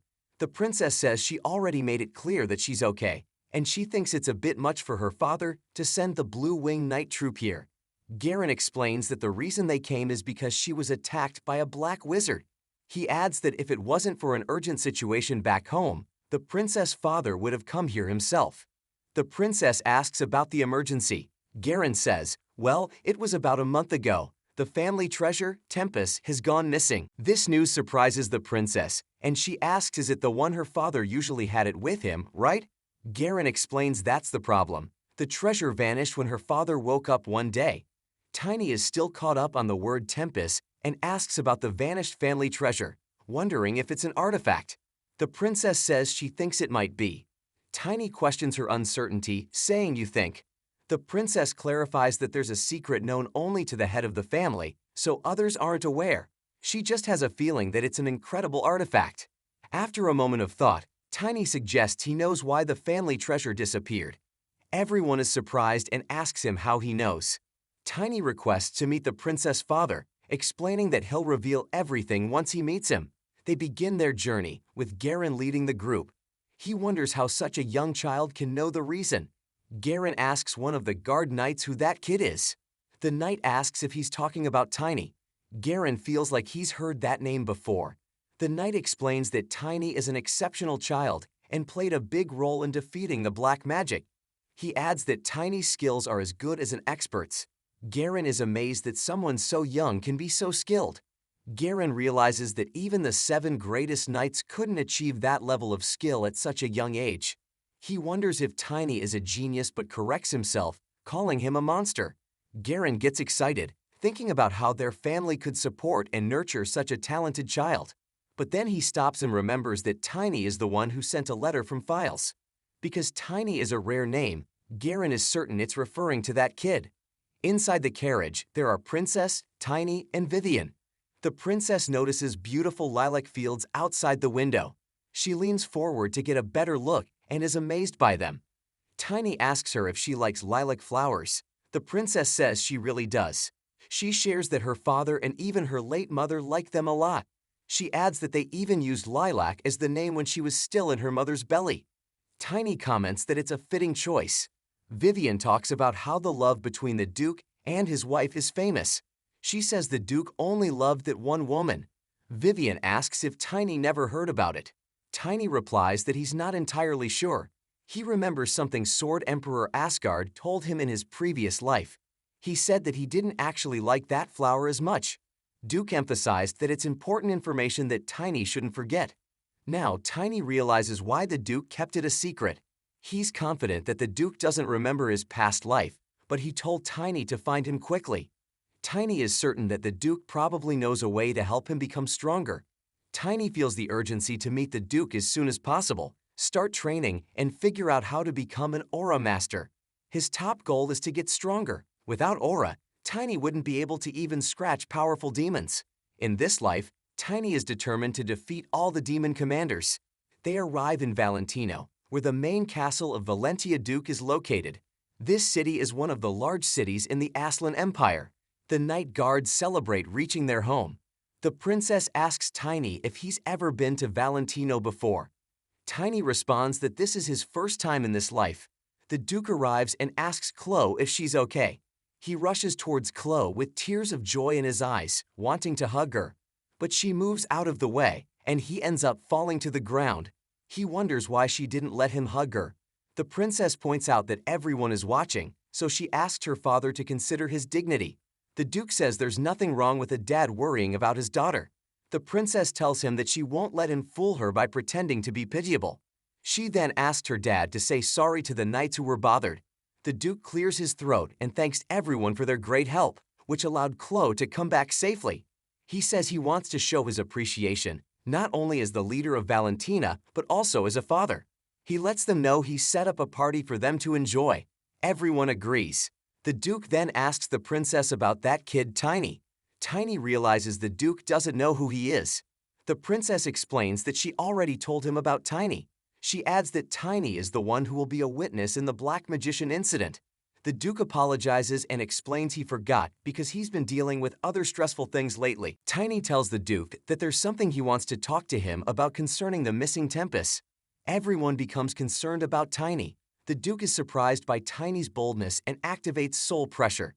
Tiny quickly jumps back to protect himself and smirks, thinking that even the Sword Emperor has a lot to learn. Tiny is amazed that the Duke, Sword Emperor, is only as skilled as an aura user. He compares this to Estina, one of the 7 greatest knights, who has already surpassed Aura and is now an Aura Exceeder. Tiny thinks that Jirik must also be close to reaching the level of an Aura Exceeder. Tiny finds it easy to push back the intimidation from the soul pressure, thanks to the soul strength he gained from his previous life. Tiny asks the Duke if it's okay for them to talk here. The princess explains to her father that Tiny is still young and sometimes acts without thinking. The Duke disagrees and says that an ignorant person wouldn't act this way. He decides to have a conversation with Tiny. In his office, the Duke asks Tiny if he knows something about the disappearance of Tempest. Tiny confirms that he does and suggests that his speculation might be correct. The Duke tells Tiny to go ahead and share what he knows. Tiny thinks about the word Tempest, which he knows means time or opportunity from ancient times. Because the treasure vanished a month ago, he wonders if it could have possessed the power to turn back time. Duke asks Tiny to explain what he means. Tiny starts by talking about a disaster that is going to happen 20 years later. He tells the whole story. The Duke says that the story seems too convincing to be made up by a kid. He points out that Tiny even knows the names of the first hammer of the dwarves, the guardian of the world tree, and the name of the great warrior of the orc tribe. Tiny explains that they were his friends who helped him. The Duke laughs and asks if he means those strong enemies the Duke has been facing for a while now. The Duke explains, the word Tempest means time or a chance. By sacrificing a very strong person's life, only one person can be sent back to the past. People who are descendants need to be very careful when using it. These are the words that have been passed down along with the family treasure. But to be honest, the Duke never really believed they were true. After hearing Tiny's story, the Duke thinks it might be worth believing those words. However, he mentions that he can't believe his own decision. He questions if it was just because Tiny had the ability, he was sent back in time. The Duke wonders, if it was him, He could have used his knowledge and power from his past life to prepare humanity to fight against the Demon King's army. So the Duke asks, why was it Tiny who came here and not him? Tiny explains that only the future Duke would have known about this. He asks the Duke about the promises made to save Tiny's talents and other things, calling them nonsense. Tiny thought the Duke might have become a bit crazy as he got older. The Duke explains that it's because he didn't know how far back in time one could go. Tiny questions if the Duke used it on him because he wasn't sure. The Duke leans back and admits he couldn't be sure because he never used it before. He mentions there's also a saying that one goes back to a time when their soul is deeply hurt. The Duke explains that it seems like Tiny returned to the past when he started understanding things. The future Duke must have guessed that Tiny would come back to this time. Tiny realizes that this is why he went back to the day his sister died. The Duke sees Tiny's face and asks if he said something that made Tiny upset. Tiny tightens his fists and says no, the Duke didn't upset him. He relaxes his hands and explains that it's not the Duke's fault. Tiny decides to be thankful that he got to see his sister one last time. The Duke says there's one more thing he wants to confirm. Tiny asks him what it is. The Duke explains that he wants to know if the future Duke told Tiny to come and meet him.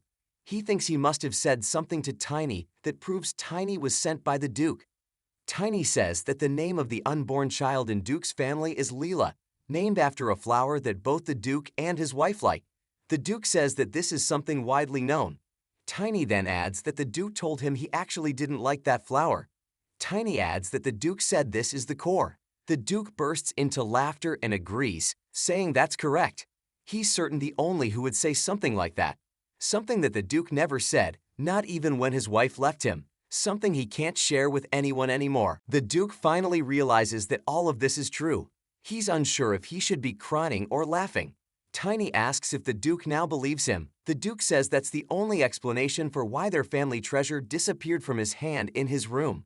Tiny expresses approval and thinks that even though the Duke is 20 years younger, he still has that fiery attitude. The Duke acknowledges that he has to verify, so he orders someone to summon Knight Royer. Tiny asks what the Duke is planning. The Duke explains that while he believes Tiny might have gone back in time, he still needs to be sure. The Duke asks Tiny if his name is Tiny and if he's one of the 10 greatest knights from the future. Then he tells Tiny to demonstrate the talent that the future Duke recognized. The Duke leaves the room and Tiny follows him. Tiny starts to realize that the Duke told him to find him, and now he's putting Tiny to the test. Tiny thinks about playing some pranks. He asks the Duke if there's something he wants to learn about the future. The Duke says yes. Tiny asks if he should tell the Duke about his own future. The Duke tells him no, that's not what he's looking for. He wants to know about the one who brings disaster. The Duke advises Tiny not to share anything else, neither with him nor anyone else. Tiny asks why. The Duke explains that people are supposed to learn and grow by facing mistakes and challenges. He believes he has taught his children well enough for them to avoid difficulties. The Duke requests Tiny not to take away the chance for his children to learn and grow. Tiny tells him that he only knows about the Duke's daughter, and he doesn't know much about the Duke himself. Tiny says he was too focused on staying alive. The Duke becomes shocked, grabs Tiny, and shakes him in disbelief. He asks if Tiny doesn't even know about the disaster. Tiny says that he knows things that most people are aware of. The Duke asks if that's all. Tiny questions the Duke, asking what he means by that's all. He further asks the Duke what exactly he wants from him. The Duke informs Tiny that the future Allied forces that Tiny mentioned are too small in number. He believes something must have happened, and Tiny probably knows at least some of it. Tiny starts to think. The Duke can't believe that Tiny doesn't remember. He grabs Tiny by the ear and pulls him behind him, telling him that he better remember before the Duke gets angry. Later that night, Tiny provides Duke with a written account detailing the disaster. The Duke asks why it's so short. He mentions that there were more than 10 disasters, and he's curious why the details are so inadequate. Tiny explains that, except for a few things, he only heard rumors or learned from his allies. The Duke, very angry, asks Tiny if he doesn't have any useful information. Tiny thinks to himself that this old man should wait until Tiny grows taller. They were pretty strong in the past life. The Duke goes back to reading the paper and shares that according to Oracle, a hero and a saintess will appear. The Duke reads that the saintess is named Crombell and she is 20 years old. He decides to find her and train her as soon as possible. Tiny points out that the hero's age will be 20 years after 20 years, which means he is currently 0 years old. The Duke realizes this and wonders why God is testing him like this. He questions if he should blame his future self or scold Tiny, the little brat. A maid comes and informs the Duke that they have summoned Knight Royer. The Duke asks the maid to call for Drexler instead of Royer and let Drexler know there's someone he needs to scold. Blue Wing Knight Troop's Vice Captain, Drexler Ainen, Level 5 Superior Class, gets summoned. Drexler arrives and asks if the Duke was looking for him. The Duke thanks Drexler for coming. The Duke tells Drexler that he wants to see if Tiny is skilled enough to be confident. Drexler wonders if the Duke is asking him to fight a kid. Drexler questions why he, a vice captain, was called for such a small matter. He starts to imagine that he might lose his position, and he worries about Vice Captain Bongrok. The Duke interrupts Drexler's thoughts and asks if he's lost in useless daydreams again. He explains that this is an important matter, so Drexler needs to watch Tiny closely and spar with him. Drexler agrees and he looks at Tiny. Drexler realizes that Tiny is a second-level knight, just before becoming an expert. He thinks Tiny seems to be around 10 years old, but Tiny interrupts his thoughts and asks about Drexler's weapon. He wants to know more about the hammer Drexler is using. Drexler responds that he wishes the hammer were a bit bigger. Tiny suggests to Drexler that he could make the hammer's head bigger and extend the handle by an inch. The Duke tells Tiny to focus and warns that if he can't do this well, the Duke won't keep his promise. The Duke then instructs Drexler to fight Tiny strongly, but to ensure Tiny stays alive. Tiny asks the Duke what he means by not keeping his promise. The Duke explains that the one who made the promise to help Tiny isn't the current Duke. He adds that this duel will determine everything. Tiny asks if he actually has to defeat Drexler. The Duke clarifies that he's not expecting that. He says that if Tiny can manage to land just one blow on Drexler, the Duke will consider it a victory for Tiny. Tiny asks the Duke to remember what he just said. Drexler gets ready with his hammer, and Tiny gets prepared with his weapon. The Duke observes that Tiny has a unique way of controlling mana. The Duke is sure that Tiny created that technique on his own. The Duke exclaims that Tiny is truly a genius. However, the Duke wonders if that's all there is to it. He thinks that if Tiny really came from the future, the Duke might have become an aura master by pushing his limits. But if the Duke chose to bring Tiny back, it must be because there's something more than just talent. The Duke ponders what the future version of him saw in Tiny. The Duke instructs Drexler to fight with all his strength. Suddenly, Lunar Wolf appears and Tiny jumps onto its back. He challenges Drexler, saying that if Drexler won't approach him, then he'll go after Drexler. Drexler notices that Tiny is a spirit tamer, but he dismisses it as useless and attacks Tiny with his hammer.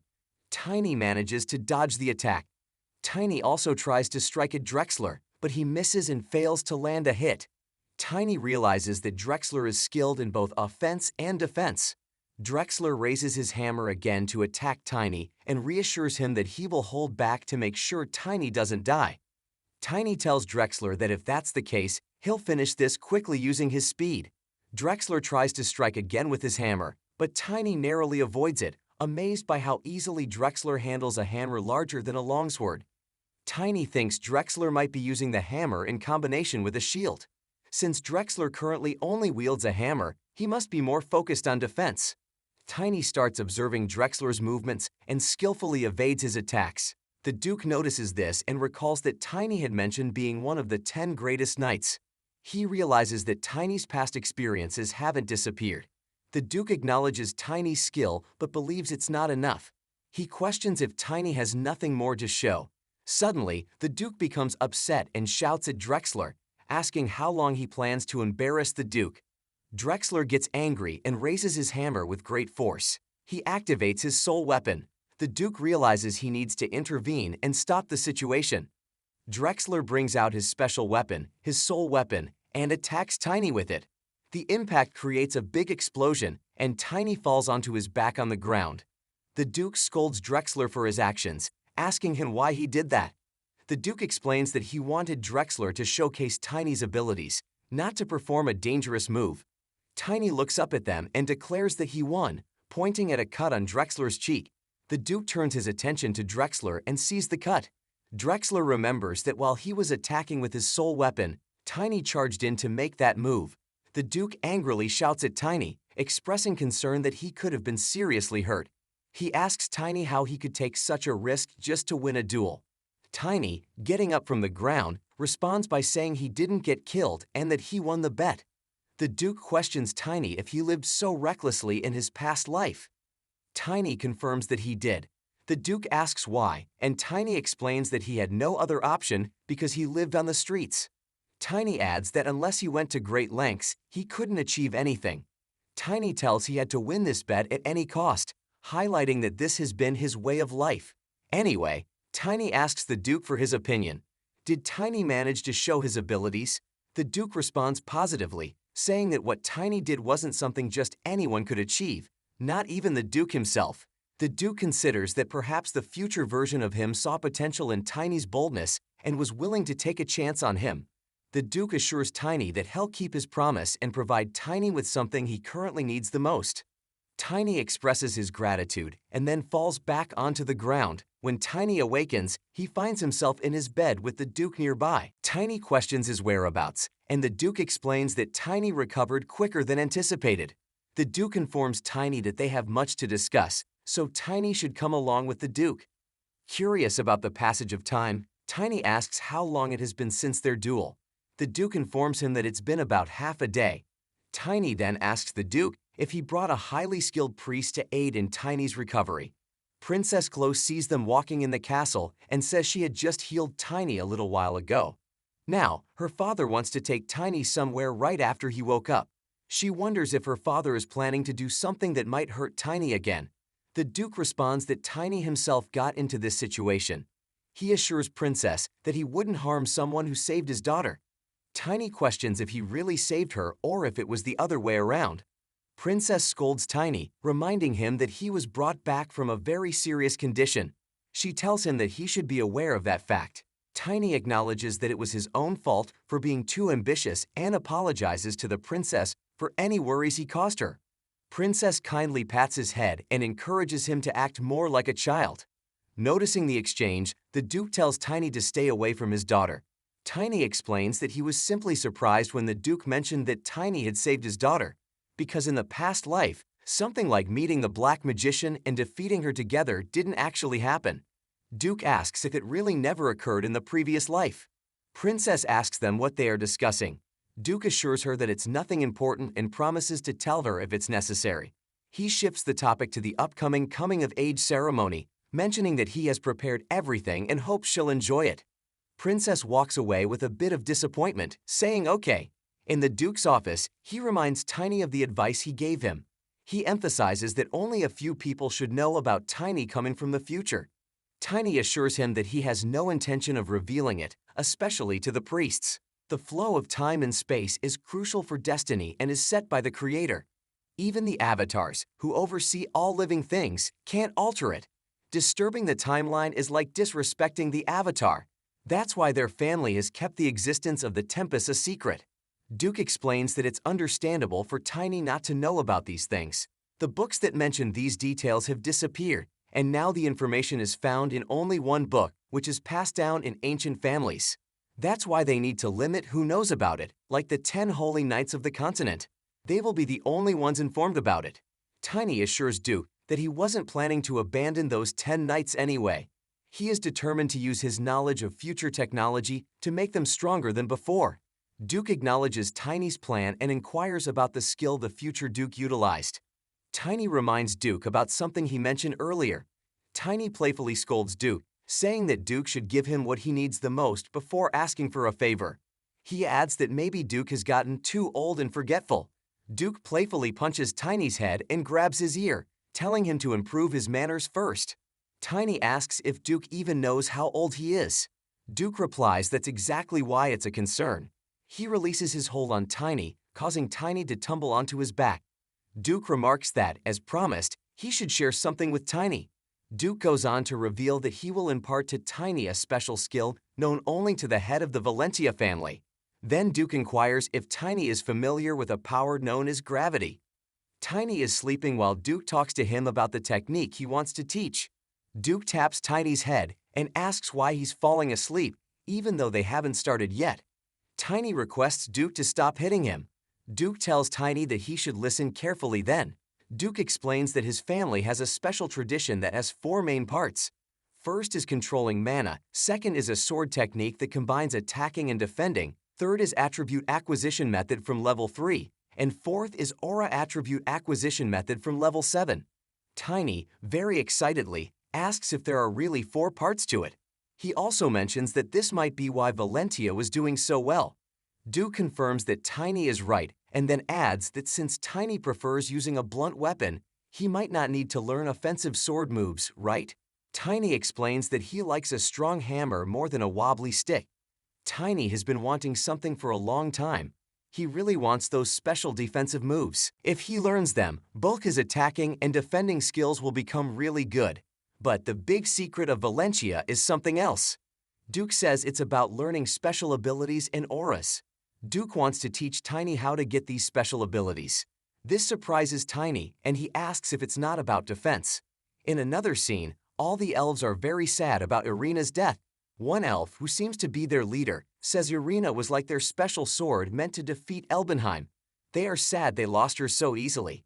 They think a kid from the Morse family might be responsible.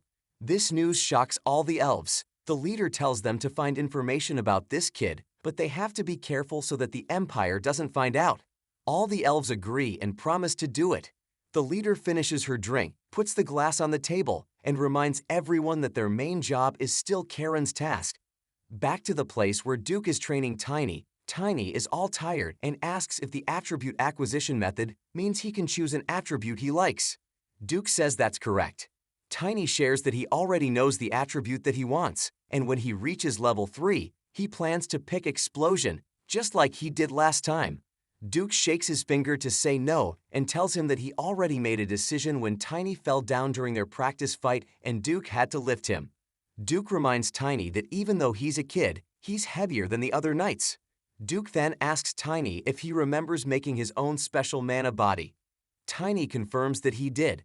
Duke wants him to think about something. In Tiny's previous life, didn't Duke wear very heavy armor? Tiny recalls that Duke is right. Duke did wear heavy armor. Duke explains that the heavier a person's body is, the more difficult it becomes. To put it simply, if someone carries a lot of weight, their movements become slower. Duke asks Tiny if he knows why this happens. Tiny asks why, and then Duke explains that it's a natural rule in the world called gravity. He heard that when someone gets the gravity attribute, they can become faster and stronger based on how heavy they are. Duke asks Tiny what he thinks about that. Is he getting interested? Duke tells Tiny that regular experts who only add attributes can't even come close to this. It's like a special force that pulls things together, and it's related to how heavy something is. As Duke explains more, Tiny becomes even more curious. Duke says that the big parts of land have a strong force that pulls things down. Tiny asks if the land really pulls things, and then he jokes that Duke must have eaten something strange to say that. He playfully wonders why people aren't just lying on the ground, kissing it if that's true. Duke gets a bit frustrated and asks Tiny why things fall to the ground then. Tiny says it's just something that happens. Duke asks, why does that exactly happen? Tiny answers, it just happens, no need to overthink it. Duke, getting frustrated, asks if Tiny isn't even going to try to understand. Tiny responds, why make things complicated? If one doesn't get something, they'll just think it's how it is. This makes Duke lose his temper, and he pulls Tiny's ears while calling him a weird thinker. In pain, Tiny calls for help. Duke tells him that this won't work and instructs him to come along. Tiny questions, why? Duke grabs Tiny's shirt, takes him to a tower's window, and holds him outside, high up. Duke mentions that maybe Tiny will only learn if he experiences it physically. Tiny's special power, mana, starts to freeze. Duke asks again that why does a person fall when they climb to a high place? Tiny responds with a shaky voice, G-gravity. Then Duke drops Tiny from the tower's top, telling him to feel gravity with his body. As Tiny looks down to the ground, he thinks he's going to die. In a desperate moment, Tiny activates his iron body and calls Lunar Wolf for help. Lunar appears on the ground where Tiny is about to land. Tiny says sorry to the wolf and lands on top of it, making both of them fall to the ground. Duke arrives and asks if Tiny now understands how powerful gravity is. Tiny replies that he definitely felt it all over his body. Duke jokes that dropping Tiny from such a height showed him gravity's power, but Tiny didn't get hurt. Duke then asks if Tiny can control gravity now. Tiny is surprised and asks what Duke means. Duke explains that it seems they need to do this a few more times to help Tiny learn. Tiny asks if Duke can't just explain with words instead. Duke declines and says Tiny will learn better by experiencing it physically. Duke drops Tiny from the tower once again. The next thing Tiny knows, he's waking up in a bed with Princess Clo sitting nearby. He asks her where he is. The princess is relieved that Tiny has awakened and praises him for his incredible progress. She heard that Tiny has already become an expert. This news shocks Tiny, and he asks if he's already an expert. Tiny can't believe it and asks if he's really become an expert already. He remembers the drops he experienced from the tower and wonders if they actually worked. The princess, surprised at Tiny's progress, asks him what kind of training he's been going through. She mentions that even though she's glad that Tiny has become Duke's student, the training seems really tough. Tiny wonders how anyone could call that training. The princess continues to praise Tiny, saying it's incredible that he's already become an expert. She tells him that people are already talking that a genius is showing up in the Blue Wing. Curious, Tiny asks if it's all right for the princess to be there with him. He adds that she must be busy preparing for her coming-of-age ceremony. The princess reassures him, saying she's not too busy, just practicing some manners and etiquette. Tiny encourages her, saying he's sure she'll do great. The princess seems puzzled and asks him what he means. Tiny clarifies that he's talking about her coming-of-age ceremony. Princess playfully taps Tiny's head and tells that of course she will. It's her special day after all. Then she asks if it's obvious that she's feeling nervous. Tiny responds that he thinks people close to her have already noticed. The princess questions this and adds that it's fine if it's Tiny who noticed, because they're like family now. Tiny is surprised and confused. The princess explains that since Tiny is learning from her father, they're like a family. She asks Tiny to call her Nuna from now on. Tiny wonders about this new title, and the princess asks why he's reacting like that. She says he should be happy, as she's the daughter of a duke. Confused, Princess asks why he's laughing. The princess says now that they're like family, Tiny needs to keep it a secret. Tiny agrees, and the princess tells him that Knight Drexler has been looking for him. On the battlefield, other knights are also present. Drexler and Tiny are standing face to face. Drexler is wearing armor and holding a shield. He says he heard that Tiny has become really good at what he does. Tiny, holding his weapon, agrees and asks why Drexler called him here. Tiny notices that Drexler brought someone else along with him. Drexler tells Tiny not to worry about the other person, and then he drops his heavy hammer down on the ground. He suggests having a practice fight for making up. Tiny asks, without using any weapons? He wonders if it's because of their last battle. Drexler confirms it, saying that he lost his cool during their previous fight, and that wasn't very knight-like. So Drexler challenges Tiny to a match where Tiny can attack freely. He challenges Tiny get used to his new strength. Tiny smirks and agrees, saying if Drexler insists, he won't say number. Tiny jumps forward to attack Drexler. Drexler tries to protect himself by using his shield, but the force of Tiny's attack is too strong. Drexler is surprised, thinking if this is the same kid he met last week. Tiny pushes Drexler back with a really strong force. Then, Tiny grabs his weapon. Drexler knows that even a small hit from his fist can hurt a lot. So Drexler tries to block Tiny's weapon using his fist, but both of them get pushed back by a strong force. Drexler looks at his burned hand and wonders why it felt so hard and heavy. Tiny keeps attacking Drexler, and Drexler tries to protect himself with a shield. Drexler is puzzled, thinking that Tiny suddenly became faster. Other knights who are watching talk about Tiny's weapon. They notice that Tiny's mace looks quite heavy, and they wonder how a kid can swing it so quickly. Drexler holds onto his shield tightly and realizes that maybe he doesn't need to hold back when facing Tiny. Tiny tells Drexler that he didn't want that to happen either. Drexler tries to attack Tiny and warns that Tiny should be ready. Tiny defends himself and realizes he's getting the hang of Valentia's techniques. He notices that his swings feel lighter but hit harder when they land. Tiny swings his weapon and goes on the offensive, but Drexler blocks his attack with a shield and sends Tiny flying back with a strong force. Tiny decides to use a battle skill first technique called Lightning Wallop. It creates a huge explosion that surprises the other knights watching. They wonder if this is the power of an expert. The ground cracks and Drexler falls down. Drexler admits that he doesn't need to train Tiny anymore. Tiny thanks him for his guidance. Drexler asks if Tiny knows that Drexler was going easy on him. Tiny responds that he still had more to show. He reminds Drexler that he's a spirit tamer. Drexler gets up, laughs, and tells Tiny that he's passed the test. Drexler welcomes Tiny to the Blue Wing. However, Tiny tells Drexler that he doesn't plan to join the Knight's Order. Tiny asks if Drexler didn't hear about this from the Duke. This shocks Drexler, and he asks Tiny why he's making this decision. When Tiny tells Drexler that he doesn't plan on joining the Knights group, Drexler is surprised. He asks Tiny why he learned the special technique of the Valentia family then. Later, in the Duke's office, Tiny is informed by the Duke that he forgot to mention that to them. The Duke thinks it's better for Tiny not to be tied down to one place if he's planning to travel the world. The Duke praises Tiny for doing a great job and admits that Tiny exceeded his expectations. Remembering all the times Duke dropped him from the tower, Tiny thanks Duke sincerely. Duke lets Tiny know that they are almost done getting ready for the first big challenge. Tiny asks if they're missing anything else, noticing the word almost. Duke tells him that he's going to make an artifact warhammer for Tiny. Artifacts are special weapons with magic that lasts a long time. They can be really valuable and expensive, even costing a few years' worth of a knight's salary. Tiny tries to decline, saying it might take a long time to make it. Duke shares that they've been working on something for a few months. This surprises Tiny, and he asks how Duke knew Tiny would need it.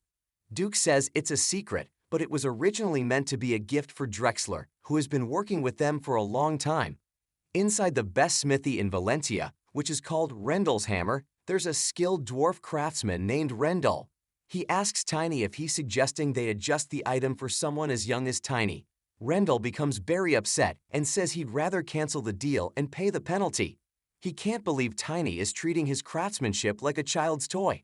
Tiny remembers hearing that the dwarf craftsman aims to make a weapon that perfectly matches its owner, even if it means some loss. Tiny realizes that Rendell is similar to Heinen. Feeling confident, Tiny decides he needs to prove himself. He tells Rendell that he's even better than a knight of the super rare class.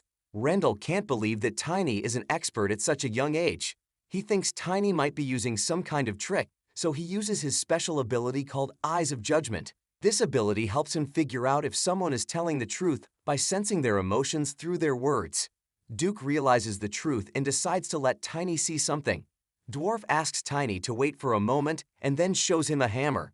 Tiny wonders if it's almost finished. Dwarf explains that it still needs some adjustments. Tiny notices that the hammer has a feature that restores itself automatically and another one that makes hits stronger. Dwarf mentions that he also needs to work on its defense magic. Tiny asks about offensive magic. Dwarf points out that Tiny seems more interested in offense. Tiny clarifies that it's not like that. Dwarf explains that not many artifacts have multiple magical functions like this warhammer. He says only someone foolish would turn down an artifact with 3 magical abilities. Dwarf reveals that he actually has one more artifact warhammer available. It's just a heavy lump of squashed black iron with some special markings carved on it. The dwarf says that even the person who was supposed to wield it gave up on it. Tiny gets really excited and says he likes it. He asks about its other features. The dwarf explains that it has the ability to make hits stronger and to fix itself automatically. Tiny is eager to see it in action, and the dwarf demonstrates. Tiny is thrilled. The dwarf suggests that if Tiny really wants it, he should try lifting it, but it's really heavy, over 100 kilograms. Excitedly, Tiny manages to lift it, but then accidentally drops it. The dwarf gets worried and shouts that Tiny might break the place. Tiny hugs the hammer and calls it cool. The dwarf wonders if Tiny is a pervert. Tiny realizes that even though it's a bit smaller, it's similar to the hammer he used in his past life, called Nocturne. Tiny asks the dwarf if he can make the handle adjustable so he can use it even when he gets taller. The dwarf asks Tiny to pay for it first. In response, Tiny smirks and suggests asking the Duke for double payment. Then, Tiny asks what the hammer is called. The dwarf says it's called Stamp. Tiny shares this with the Duke, who thinks it's a good choice and believes Drexler will be pleased as well. Tiny tells them it'll take the dwarf about 2 weeks to get the hammer ready, so Tiny decides to train during that time. Using a saying from a different language, Tiny expresses that he can't even imagine becoming a superhuman. Duke is curious and asks what that means. Tiny mentions his hair color and explains that he's using expressions from the Eastern language as a hobby. He adds that some people were even wondering if he might be from a group called the demon kind. Duke finds Tiny's humor amusing and praises his choice. Duke advises Tiny to keep using those expressions, as it might help him hide the fact that he is stupid. Duke then starts thinking about the 2 weeks it will take to prepare the hammer and realizes that Tiny will probably leave after Princess Chloe's coming-of-age ceremony. Tiny asks Duke if he's going to talk about what happened then. Duke asks if Tiny is referring to the relationship with the imperial family. Duke explains that it's about the engagement with the crown prince, and he can't just cancel it. Tiny lets him know that just as he mentioned before, the crown prince will die on the wedding day. Despite knowing this, will the Duke still continue with the engagement? Next summer, all the members of the royal family of Arslan will die. It will be called the Second Catastrophe. Due to this, the power of the Arslan Empire, which is known to be the strongest nation of humans, will start to fall apart. The princess will be left with the label of the Queen of Misfortune as she becomes a widow from the imperial family. Duke reassures Tiny that this time he knows about it, so Tiny doesn't need to worry, as Duke can prevent it from happening. Tiny tells Duke that he can only share that even the 2 princes suspected of causing it will also die. Tiny adds that even in the past life, Duke couldn't figure it out. Tiny mentions that they don't have reliable information to go on here. Duke tells his daughter Chloe is a smart kid and her abilities and personality shine more than her looks. However, the world doesn't know this yet. Tiny tells Duke that eventually, the world will come to realize it. Chloe will ask for Duke's help, but in the end, she will be the one to solve the problems of the Empire, even if she doesn't seem happy about it. Duke says he'll do what's best for his daughter and the world. He's determined to stop the bad things from happening because he's Asgard von Valentia. Tiny agrees not to stop Duke, but if something goes wrong, he promises to save Chloe in his own way. Duke punches Tiny's head and asks how dare he use the princess's first name. He asks if Chloe is Tiny's friend. Tiny realizes that this old man is quite protective when it comes to his daughter. Tiny clarifies that he didn't mean it that way and asks why there are so many people around today. Duke explains that there are only a few days left before Chloe's coming-of-age ceremony. They're very close to achieving their goal, and they've worked hard so far, so they're confident everything will go well. Janice Freewell, the Grand Master of Blue Wing Knight's Order, watches the group of visitors coming into the castle through the window of the Duke's office. He notices that there are more young guests here for a special occasion than they anticipated. Janice mentions that this matches Valentia's good reputation. He promises to work hard to make this celebration a success. The Duke agrees, acknowledging that it will be a lot of effort. Janice also shares that Rokter, a powerful family from the Empire and rivals of the Valentia family, has sent an envoy. To their surprise, it's their not-so-friendly third son who is known to be unpleasant. The Duke is taken aback, wondering why they would send someone like him to an important event. The Duke asks Janice to warn this envoy that he's in Valentia now, not Rokter. Janice reassures the Duke, mentioning they have already prepared something for the troublesome envoy. The Duke appreciates Janice for being dependable. The Duke then calls Janice. Janice turns to face him, asking, yes. The Duke asks if Janice has a secret illness he hasn't mentioned to him. Janice asks the Duke, what does he mean by that? The Duke says it's not a big deal and tells Janice that he didn't need to get so upset about the ceremony. Janice explains that Chloe is like a niece to him, but then he suddenly realizes something and says sorry. The Duke tells him there's no need to apologize because the princess used to listen to Janice a lot before. She even thought she had 3 brothers. Then the Duke asks Janice if he really doesn't plan on getting married. Janice tells the Duke that's never going to happen and reminds the Duke that he promised not to bring that up again. The Duke agrees, says he understands, and apologizes. Janice notices that the Duke is acting strangely today. The Duke explains that it's just because of his daughter's coming-of-age ceremony. He tells Janice that he's probably busy and can go. After that, the Duke remembers a conversation with Tiny when Duke told Tiny about him, telling his name is Janice Freewill and that he took over his father's position after his dad passed away. Tiny found it strange because he hadn't heard of Genus before. When the Duke mentioned that Genus is already in the Challenger class, it surprised Tiny. Tiny couldn't believe it. He thought, if that's true, he should know who Genus is. The Duke starts to wonder if Genus won't be around in the future. But Genus isn't sick, and he won't quit his job. He can't just retire, as he's not planning to get married. Also, he's a strong fighter and won't easily die in a regular fight. Then the Duke figures out it's probably because of the second catastrophe. Tiny slams his weapon on the ground and thinks about Genus. He realizes that what the Sword Emperor guessed makes sense. It's likely that Genus might not survive on Chloe's wedding day. There were many people involved in that situation. Princess comes to the ground, accompanied by Vivian. Tiny asks if it's okay for her to be there like that. He thinks it might not be proper etiquette for her to talk to him this way. Vivian explains that she tried to stop the princess. The princess says she felt frustrated being stuck in a room. Princess then tells Tiny that she enjoys hearing interesting stories when she's with him, and she also likes seeing his lunar wolf. Tiny asks if she wants to borrow Lunar. The princess wonders if she can, thinking it would be more fun with Lunar around. Tiny wonders if Lunar is used to her already. Then, a man arrives and tells the princess how beautiful she is. He kneels down and swears that she's the most beautiful woman he's ever seen.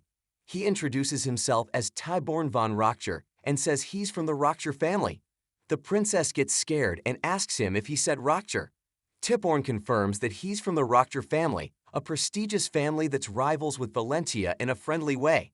The princess politely says it's nice to meet him. Tyborn says the pleasure is his and suggests that, to mark their first meeting, he'd like to ask the princess for a bit of her time. The princess thinks to herself that Tyborn shouldn't pretend to not know anything. Tyborn continues, saying who knows, maybe he could be her soulmate. He asks if they can have a conversation. He tells her that he also brought some really good drinks from his land. Tiny doesn't like Tyborn and is curious about who he is. Vivian steps up and protects the princess. She tells Tyborn to move back and says the princess can't meet any visitors until the special event is done. Tyborn notices Vivian and realizes she's a knight, and that too a wench. He wonders how a woman dares to get involved while he's talking. He calls his guard, Graham, and tells him to handle the situation. Graham tells Vivian to step away and adds that this is a talk between noble families' kids. Vivian tells Graham that what's happening is absurd and shouldn't be going on.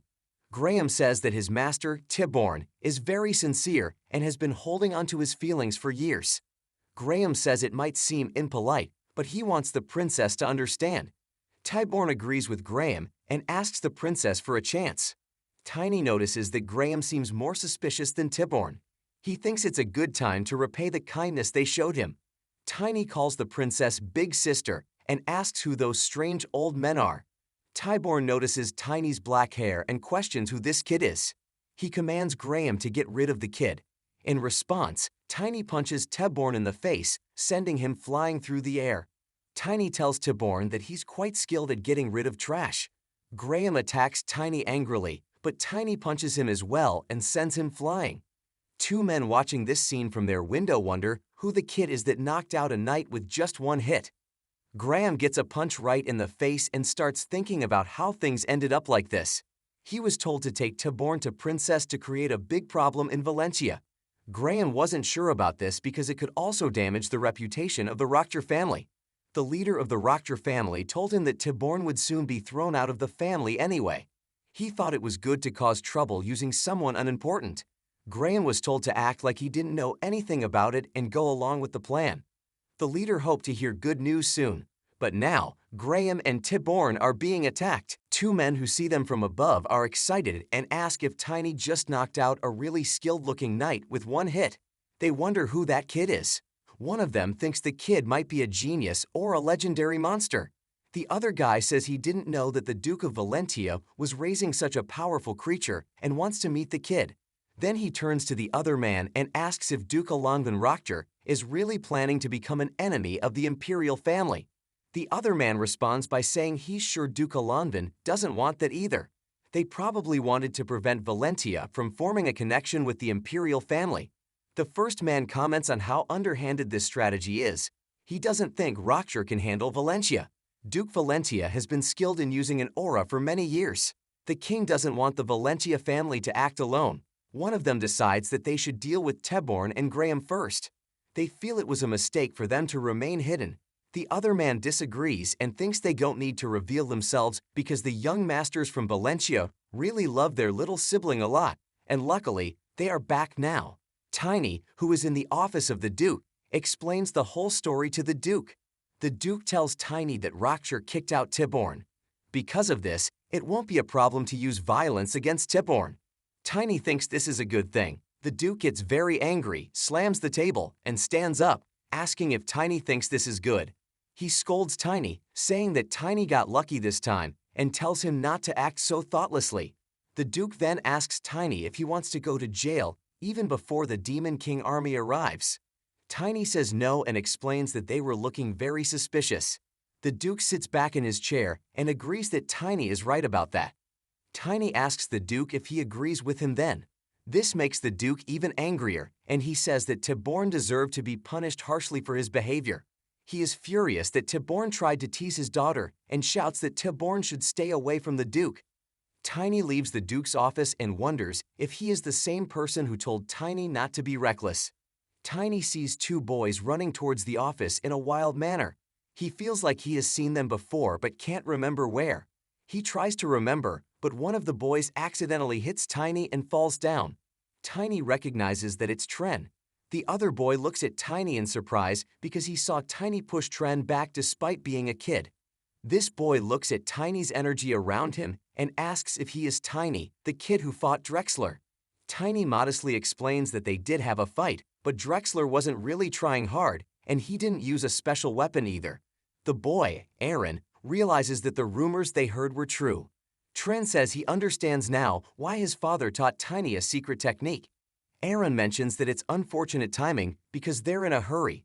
They tell Tiny that they'll see him again and then run off to find Tebborn, wanting to make sure he doesn't escape Valentia.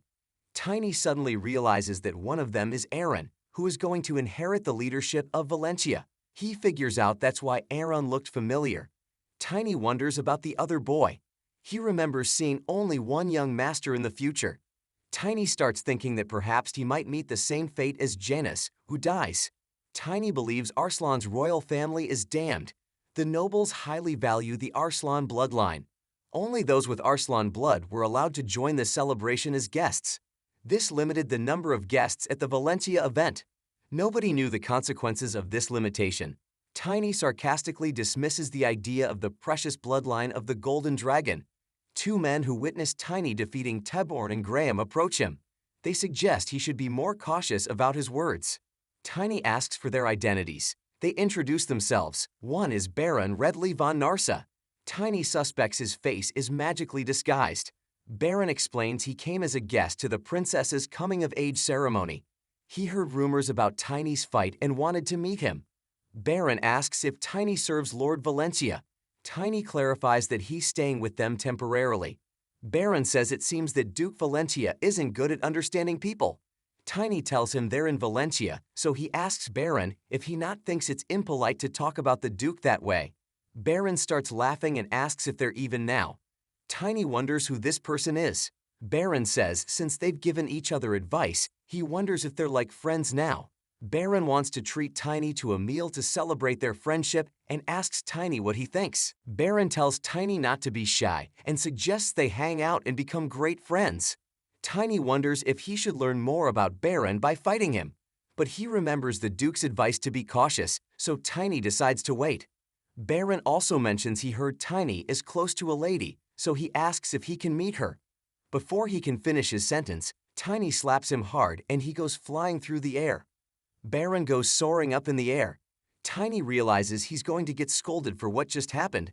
The other guy who was with Baron hits Tiny with his weapon, saying he'll rip Tiny apart. Tiny asks him who he is. Tiny notices he's controlling space with mana. Tiny thinks this guy is probably really skilled. The man tells Tiny he'll cut off his rude hand first. Tiny realizes that his strong iron armor might not be enough to protect him from this guy. Tiny calls upon his lunar wolf. The man sees that Lunar is made of mana and asks if Tiny is a spirit summoner. Tiny notices the man has lowered his guard, so Tiny quickly punches him in the face with a lot of force, but it doesn't do anything. The man doesn't even budge. The man grabs Tiny by the front of his shirt and sends him flying through the air. Tiny lands on the ground, and the man tries to attack again with his weapon. Lunar steps in between them and gets hit instead, falling to the side. The man raises his sword again and tells Tiny it's all over now. Baron comes running from behind and tells the man to stop, explaining that it was Baron's fault. At the office, Janice tells Tiny that he had been wanting to meet him, but he didn't think it would happen like this. Tiny says sorry. Janice says it did seem strange, but since Baron plans to forgive Tiny, they'll let it go this time. Janice tells Tiny to remember one important thing. Valencia isn't a place to play around. If someone is in disguise, it's because they were allowed to be. Tiny says he understands. Janice tells Tiny that they have high hopes for him. If Tiny takes a moment to think before acting, he could become a great person, according to Janice. Tiny realizes that's exactly what the Duke told him. Janice then says he's busy and asks Tiny to excuse him. Tiny says he has a question for Janice. He asks about the man named Lendry, the one he just fought with. Tiny wants to know who Lendry is. Janice says it's a secret for now. Tiny asks if Lendry is connected to the Imperial family. Janice realizes that he might have done some mistake and explains that it's unusual to see a skilled knight like Lendry. Janice then asks Tiny not to share this information with others. Tiny agrees and thinks to himself that he already knows about the engagement anyway. Tiny is convinced that Lendry is some sort of investigator from the Imperial family. Closed coming-of-age event is actually when the prince's engagement is announced. About 1 week after Chloe's coming-of-age celebration, Janice decides he wants to make this day the most special in Chloe's entire life. Janice hears Tiny enjoying some chicken pieces. Tiny asks Janice what the food is called because it's really tasty. Janice thinks to himself that he should remain composed. Janice kindly suggests to Tiny that he can eat slowly, there's plenty of food. Tiny, with his mouth full, says he's already eating slowly. Janice quietly mumbles, warning Tiny to stop eating before he breaks his jaw. Tiny asks Janice what he just said. Janice politely says, "Oh, nothing." Janice realizes that Tiny should eat more at his age and Janice himself should be more understanding. Baron enters and asks Tiny if he could talk to him instead of Janice. Baron says sorry for what happened last time. Tiny stands up and thanks Baron for forgiving him with a kind heart. Baron says it was his mistake to ask Tiny for something important. He says he was really impressed by Tiny's decision. Baron tells Tiny that if he messes up again, Tiny should hit him once more. Baron explains that there's no one else who would do that for him. Tiny thinks about what might be wrong with Baron. Is he acting weird? The announcer declares the arrival of the main person for the day, Chloe von Valencia, along with her family. Baron turns red when he sees Chloe and comments on how beautiful she is. Tiny gets upset and starts thinking whether he should let this go or not. In the hall, everyone is amazed when they see Chloe and they start wondering if she's actually real. Somebody even says that Chloe is like a real angel from Valencia. Meanwhile, Chloe is thinking to herself that if she gets through today, things might change. Tiny remembers the time Chloe asked him to call her big sister from now on. He wishes for Chloe's happiness and then summons his lunar wolf spirit. The wolf goes to Chloe and starts cuddling her. Chloe sits on her throne with the wolf in her lap. The Duke is surprised and asks why there's a dog here, thinking if it's some kind of circus. But then, the wolf grows into its big, impressive form and sits next to Chloe's throne. People realize it's a spirit. Someone mentions that it looks like an angel with a mythical creature. Baron wonders if that's how spirits really look, and he finds it quite impressive. Baron thanks Tiny for the amazing show. Tiny is confused, wondering why Baron is thanking him. He starts to feel suspicious about Baron's behavior. Tiny makes a quiet promise to himself that if Baron acts strange again, he'll slap him once more. The Duke stands in front of Chloe's throne and repeats his gratitude for her good health as she grows up. He also wishes Chloe's mother could be here to witness this special moment. Many people in the hall get emotional and some even shed tears. Then, the Duke places a medal around Chloe's neck, marking the start of the main part of the ceremony. He tells everyone that he'll now introduce them to Chloe's future husband. With a point of his finger, the Duke conjures a magical image of a man who introduces himself as Bradley Van Aslan. Bradley expresses his gratitude for having Chloe, the Angel of Valencia, as his fiancée. He apologizes for not being there in person on this joyful occasion. Vivian is shocked and wonders if this is real. It is the projection of the Crown Prince. Tiny wonders why Vivian is reacting like that. After all, Bradley is just a prince. Previously his life ended without much significance. Baron Narsa says it's finally his turn. Tiny grabs Baron's hand and asks where he's going. Tiny tells Baron that he doesn't think Baron should join in. Baron pats Tiny's head and kindly says he understands that Tiny is concerned about Chloe. But Tiny doesn't need to act this way towards Baron. Baron Narsa tells Tiny to read his name Narsa backward. It becomes Aslan. L and R sound similar in Korean. Baron transforms into the Crown Prince, Bradley Van Aslan, and tells Tiny that they'll meet again and walks away. Tiny suddenly realizes it's the actual Crown Prince. He panics as he slapped the Crown Prince. Tiny worries if he's in big trouble now. He wonders if he should let Bradley die during the wedding. Janice interrupts Tiny's thoughts by asking what he's thinking. Tiny makes an excuse, saying it's a bit hot. Janice assures him not to worry because Bradley has already forgiven him. Plus, even if he hadn't, Tiny is protected within Valencia's boundaries. Bradley goes onto the stage and respectfully takes Chloe's hand. Tiny realizes that the one who defied the Emperor's wishes for a marriage alliance with Rockjer and strongly pushed for this engagement is the Crown Prince himself. Janice tells Tiny that the Duke has a message for him. He says everything is ready, and after the ceremony, Tiny should go see the Duke. Later at night, Tiny goes to the Duke's office. The Duke thanks Tiny for the impressive spirit show, mentioning it seemed to calm Chloe's anxiety. Tiny replies politely and asks if everything is prepared. The Duke confirms that it is and admits that he still finds it hard to believe that the sacred item called Humanatus from Karun will vanish. Also, the Duke explains that the city Ortis is going to be attacked not just by any normal monster, but by a giant sea creature known as a kraken. Tiny suggests they should investigate further and checks the stamp paper, asking about it. The Duke assures him that the stamp is taken care of. Lastly, the Duke instructs Tiny to visit the smithy the next day. At the smithy, the dwarf tells Tiny that he's made all the magic waves in the weapon just the way Tiny wanted. He's adjusted it for weight amplification, shock amplification, and auto-repairing. Tiny picks up the hammer. The dwarf comments that the hammer has very strange features and he's not sure what his son was trying to create. Tiny, holding the hammer up, looks at it and says he finds it really useful. The dwarf then asks Tiny to give the hammer a swing. Tiny tries it and notices that it's very well balanced in terms of weight. While riding on Lunar, Tiny goes through the woods, holding the hammer. He finds that it works perfectly, even better than he had expected. Tiny decides he should express his gratitude to the dwarf Rendell. Suddenly, Lunar notices something in the sky and starts running faster. Tiny wonders if it's because they're out in the moonlight. He realizes that Lunar is also in excellent condition. Tiny thinks this is good because they'll reach their destination in a week. He tells Lunar that they should head to the port city of Anaxon. Meanwhile, an elf reports to their leader that the kid, Tiny, has left the Duke's place riding a strong spirit animal. They are moving way faster than a carriage. The elf leader asks where Tiny is going. The elf messenger informs that Tiny is heading to the nearest port city that goes to Karun, Anaxon. This news surprises all the elves there.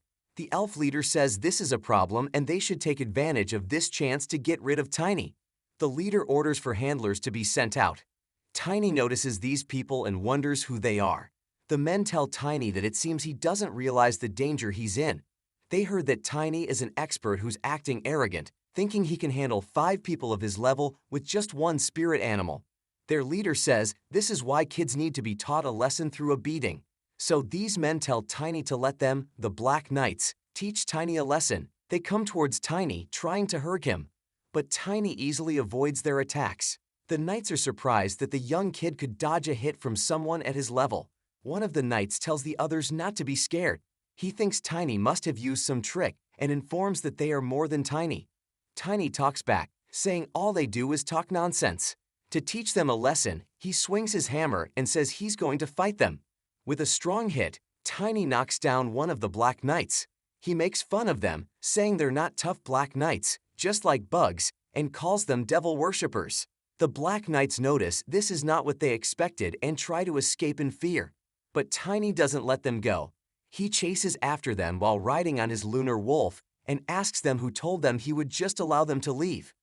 Tiny leaps down from Lunar and raises his hammer, telling the Black Knights that they should die. He smashes his hammer onto the ground, making all the knights fall on their backs as the ground cracks. Tiny stands tall and looks ahead at the fallen knights on the cracked ground.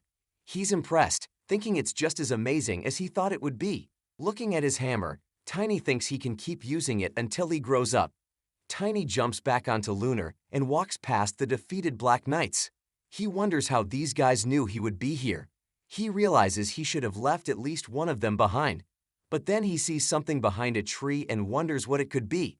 Suddenly, a huge monster, a twin-headed troll, comes out from behind the tree and lets out a loud roar.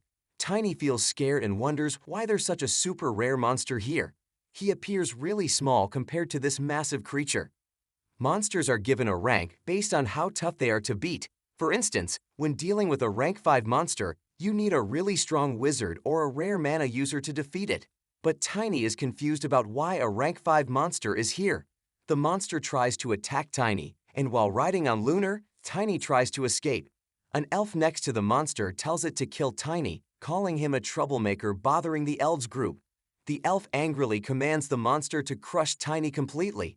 Tiny figures out that this is why a powerful rank 5 monster is around. Tiny gets off Lunar and realizes it was the monster trainer who brought it here. Tiny tells his lunar wolf to go after the monster.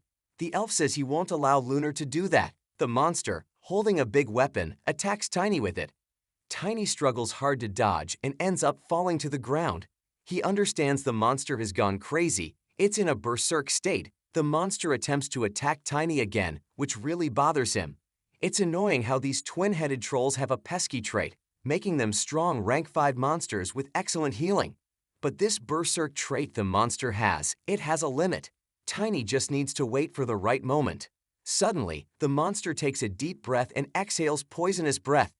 Tiny thinks he can defend with his mana, but he realizes he can't dodge this one quickly enough. So he jumps high into the air and strikes the monster's arm with his hammer. The monster screams in pain. Tiny tells the monster that now it's time to make things even more painful with weight and shock amplifications. He notices that the monster has already healed the wound. Tiny attempts to escape, and the monster chases after him, moving away from the elf.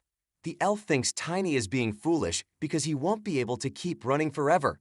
If Tiny gets caught even once, he'll be in trouble. However, Tiny continues running until he reaches a dead end. The monster tries to attack, but then it suddenly stops. The elf realizes that the berserk mode has ended. Tiny smirks and tells the monster that it seems like the monster has reached its limit. The monster should be tired because it healed many times. The elf is surprised that Tiny had a plan all along. Lunar attacks the elf, who cries out in pain. Tiny praises Lunar and asks it to hold the elf tightly. Then, Tiny lifts his hammer and strikes the monster with lightning wallop, cutting the twin-headed monster into 2 pieces. After the dust settles, Tiny goes over to the fallen elf and tells him to start talking about what he knows. Tiny figures out that the elf's group's main base is in a city without law, part of a bigger group of cities. The boss of that city is the mayor. The elf confirms that it's true. Tiny realizes that means the 2 groups are not the same. They had even used a curse on the chain wolf to keep it from talking. Tiny says it's likely they'd also curse the beast trainer who controls a rank 5 monster. Tiny asks the elf if they plan to steal Karun's sacred item. The elf gets shocked and denies it, which confirms Tiny's suspicion. Tiny has one more question for the elf. He asks about the leader's name. He tells the elf that after getting this information, he'll spare his life. Tiny tells the elf to think about it and asks if he's heard stories of skulls exploding in tails. The elf, frightened, confirms that he has. Tiny says the chances of that happening are even lower than the elf getting killed by him. This makes the elf feel even more miserable. Eventually, Tiny arrives at Port City Anaxon, and suddenly there's a small explosion in the sky. People around wonder what that could be, maybe a firework? Tiny remembers that the Duke had said everything is prepared, and he'll be waiting for Tiny at the pub in Anaxon. Tiny reaches a certain place and questions if this is the right spot. He enters and is surprised by what he sees. He looks at the person standing in front of him and wonders if the reinforcement is actually the Sword Emperor. Tiny, surprised, comes to understand that the Sword Emperor is the reinforcement. The Sword Emperor touches his face and changes into the pub's manager. He apologizes to Tiny, saying they don't serve alcohol to kids. But when Tiny looks at the manager closely, he's shocked because he doesn't feel any magic around him. Tiny wonders if he's imagining things. The pub's customers make fun of Tiny, telling him that this place isn't for children, especially one with black hair. One customer advises the manager that they might lose customers because of this. Suddenly, Lunar the wolf lets out a fierce roar, scaring the customers who then scream and cover themselves. Lunar goes and stands by Tiny's side. Tiny says he can't just let this go. The manager notices that Tiny is a black-haired spirit tamer and realizes that Tiny must be the one who ordered a special menu. The manager apologizes for not recognizing Tiny earlier and asks him to come with him. Tiny hands the manager the silver plaque given by the Duke. The manager examines it and realizes it belongs to Valentia's secret group, Black Wing. They're not only skilled swordsmen, but also have powerful connections and are experts at spying. The manager introduces himself as Jay, who is the leader of Black Wing. Tiny figures out that Jay is currently in charge. Tiny asks Jay if he's the leader. He must be a skilled swordsman, but Tiny doesn't sense any mana from him. He wonders how Jay concealed it. Jay reveals that he doesn't possess any mana. This revelation surprises Tiny. Jay puts his hand on his face and suddenly changes his appearance to that of the Sword Emperor. He explains that hiding mana can make disguises more difficult. Doesn't he think so? This leaves Tiny in disbelief, and he asks if it was all just a disguise. The Sword Emperor transforms back into Jay and confirms Tiny's suspicion. Tiny realizes he wasn't imagining things earlier and asks if it's not too risky. Jay responds that it adds an element of excitement. Tiny tells him that Jay has quite unique preferences. Jay tells Tiny they should focus on the important issue instead of his preferences. The Sea Wave mage who was supposed to get the recommendation letter, Gail Anderson, has gone missing. This news surprises Tiny. A mage is like a powerful magician, and the title Mage of Sea Waves suggests someone who's strong at sea magic. Jay explains that they lost contact with Gale when he was exploring the sea. It's been 2 weeks past his expected return date. Tiny realizes it might be hard to recommend him now. Jay agrees and mentions they have a backup plan. He shows Tiny a new identity and asks him to get familiar with it. Tiny takes the badge and realizes that the Sword Emperor had arranged for backup. Then, Tiny asks Jay to look into someone named Hustle. Jay wants to know who Hustle is. Tiny explains that Hustle is a devil worshipper responsible for the trouble in Karun. This revelation shocks Jay. Tiny confidently states that he's certain about it, as he got that information after making someone's head explode. Jay thinks for a moment and realizes it sounds like a name that might belong to an orc or beast tribe. Jay says he'll remember that. Suddenly, there's a knock on the door, and someone asks Jay to come quickly because they have arrived. Tiny wonders who they are, and Jay explains that he'll have to leave because the big fish has arrived. Jay goes out to attend to a large group of customers. Tiny realizes that the term big fish refers to a bunch of guests. A few waiters begin to clap, and with tears in their eyes, they talk about how their boss has made everything work smoothly. Tiny is amazed that a pub used as a cover is actually doing so great. After 2 days, on the ship Flaxen, someone announces that the ship will be leaving shortly. Wearing a hooded cloak, Tiny asks if this is the ship heading to Karun. The person making announcements notices it's a young kid and requests to see his badge. Tiny shows his badge to the person. The announcer is surprised when he realizes Tiny is a noble. He wonders why a noble child would be without a guard and apologizes for being rude. Tiny says it's okay and mentions that he's no longer a noble. The announcer tells Tiny to have a good trip. Jay had mentioned a noble family named Moores. He explained that this family vanished 40 years ago after being wrongly accused of being devil worshippers. Having black hair and eyes is a common trait among their descendants. Since they didn't have any heirs, they didn't go through the process to regain their noble status. From now on, Jay tells, Tiny will be known as the son of a Moor's hair who ran away with his elf wife. Tiny is surprised and thinks to himself, am I an elf? This seems a bit odd even though he's a spirit tamer. Suddenly, Tiny senses a demonic energy coming from the ship. He realizes that it's not just one person causing it. He wonders to himself, what are these guys planning to do? Could it be that they want to do something really bad here, like using this place as a sacrifice? Then, there's a man standing behind Tiny. This man takes out a sharp tool from his pocket and tries to hurt Tiny with it. But Tiny senses the attack, so he stops him by grabbing the man's hand. Tiny turns the man's arm and breaks it. The man screams because of the pain. People on the ship don't know what's happening. They see blood coming from the man's arm. They come closer to Tiny and ask him, what is he doing? They also ask him to let go of that man. They're worried about the man who's hurt. The man can't hold onto his sharp tool, and it falls down.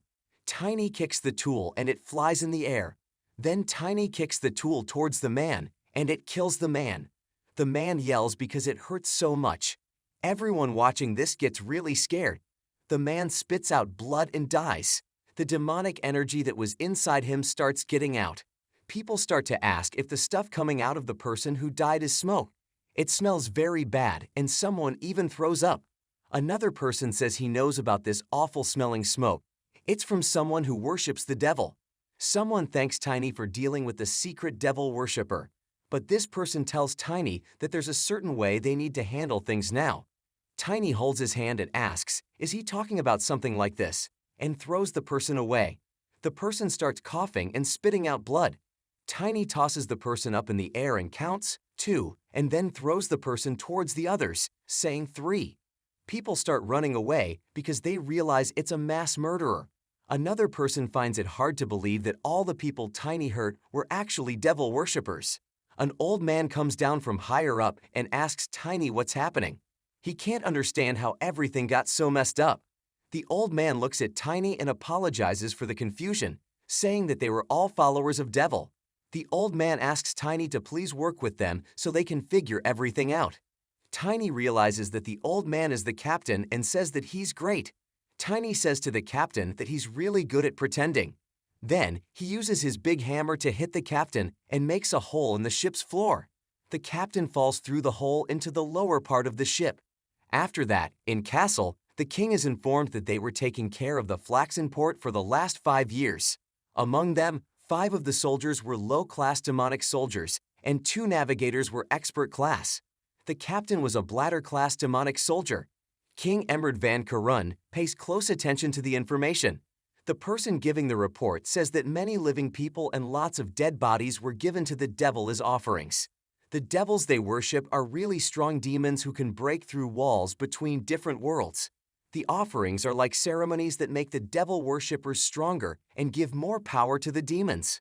Tiny says it's like these devil worshippers are like parasites living off of others. The king explains that since they didn't see them for 30 years, they were too relaxed about it. He thanks Tiny, who is a beast tamer and has elf blood, for helping to save many people and reduce the number of victims.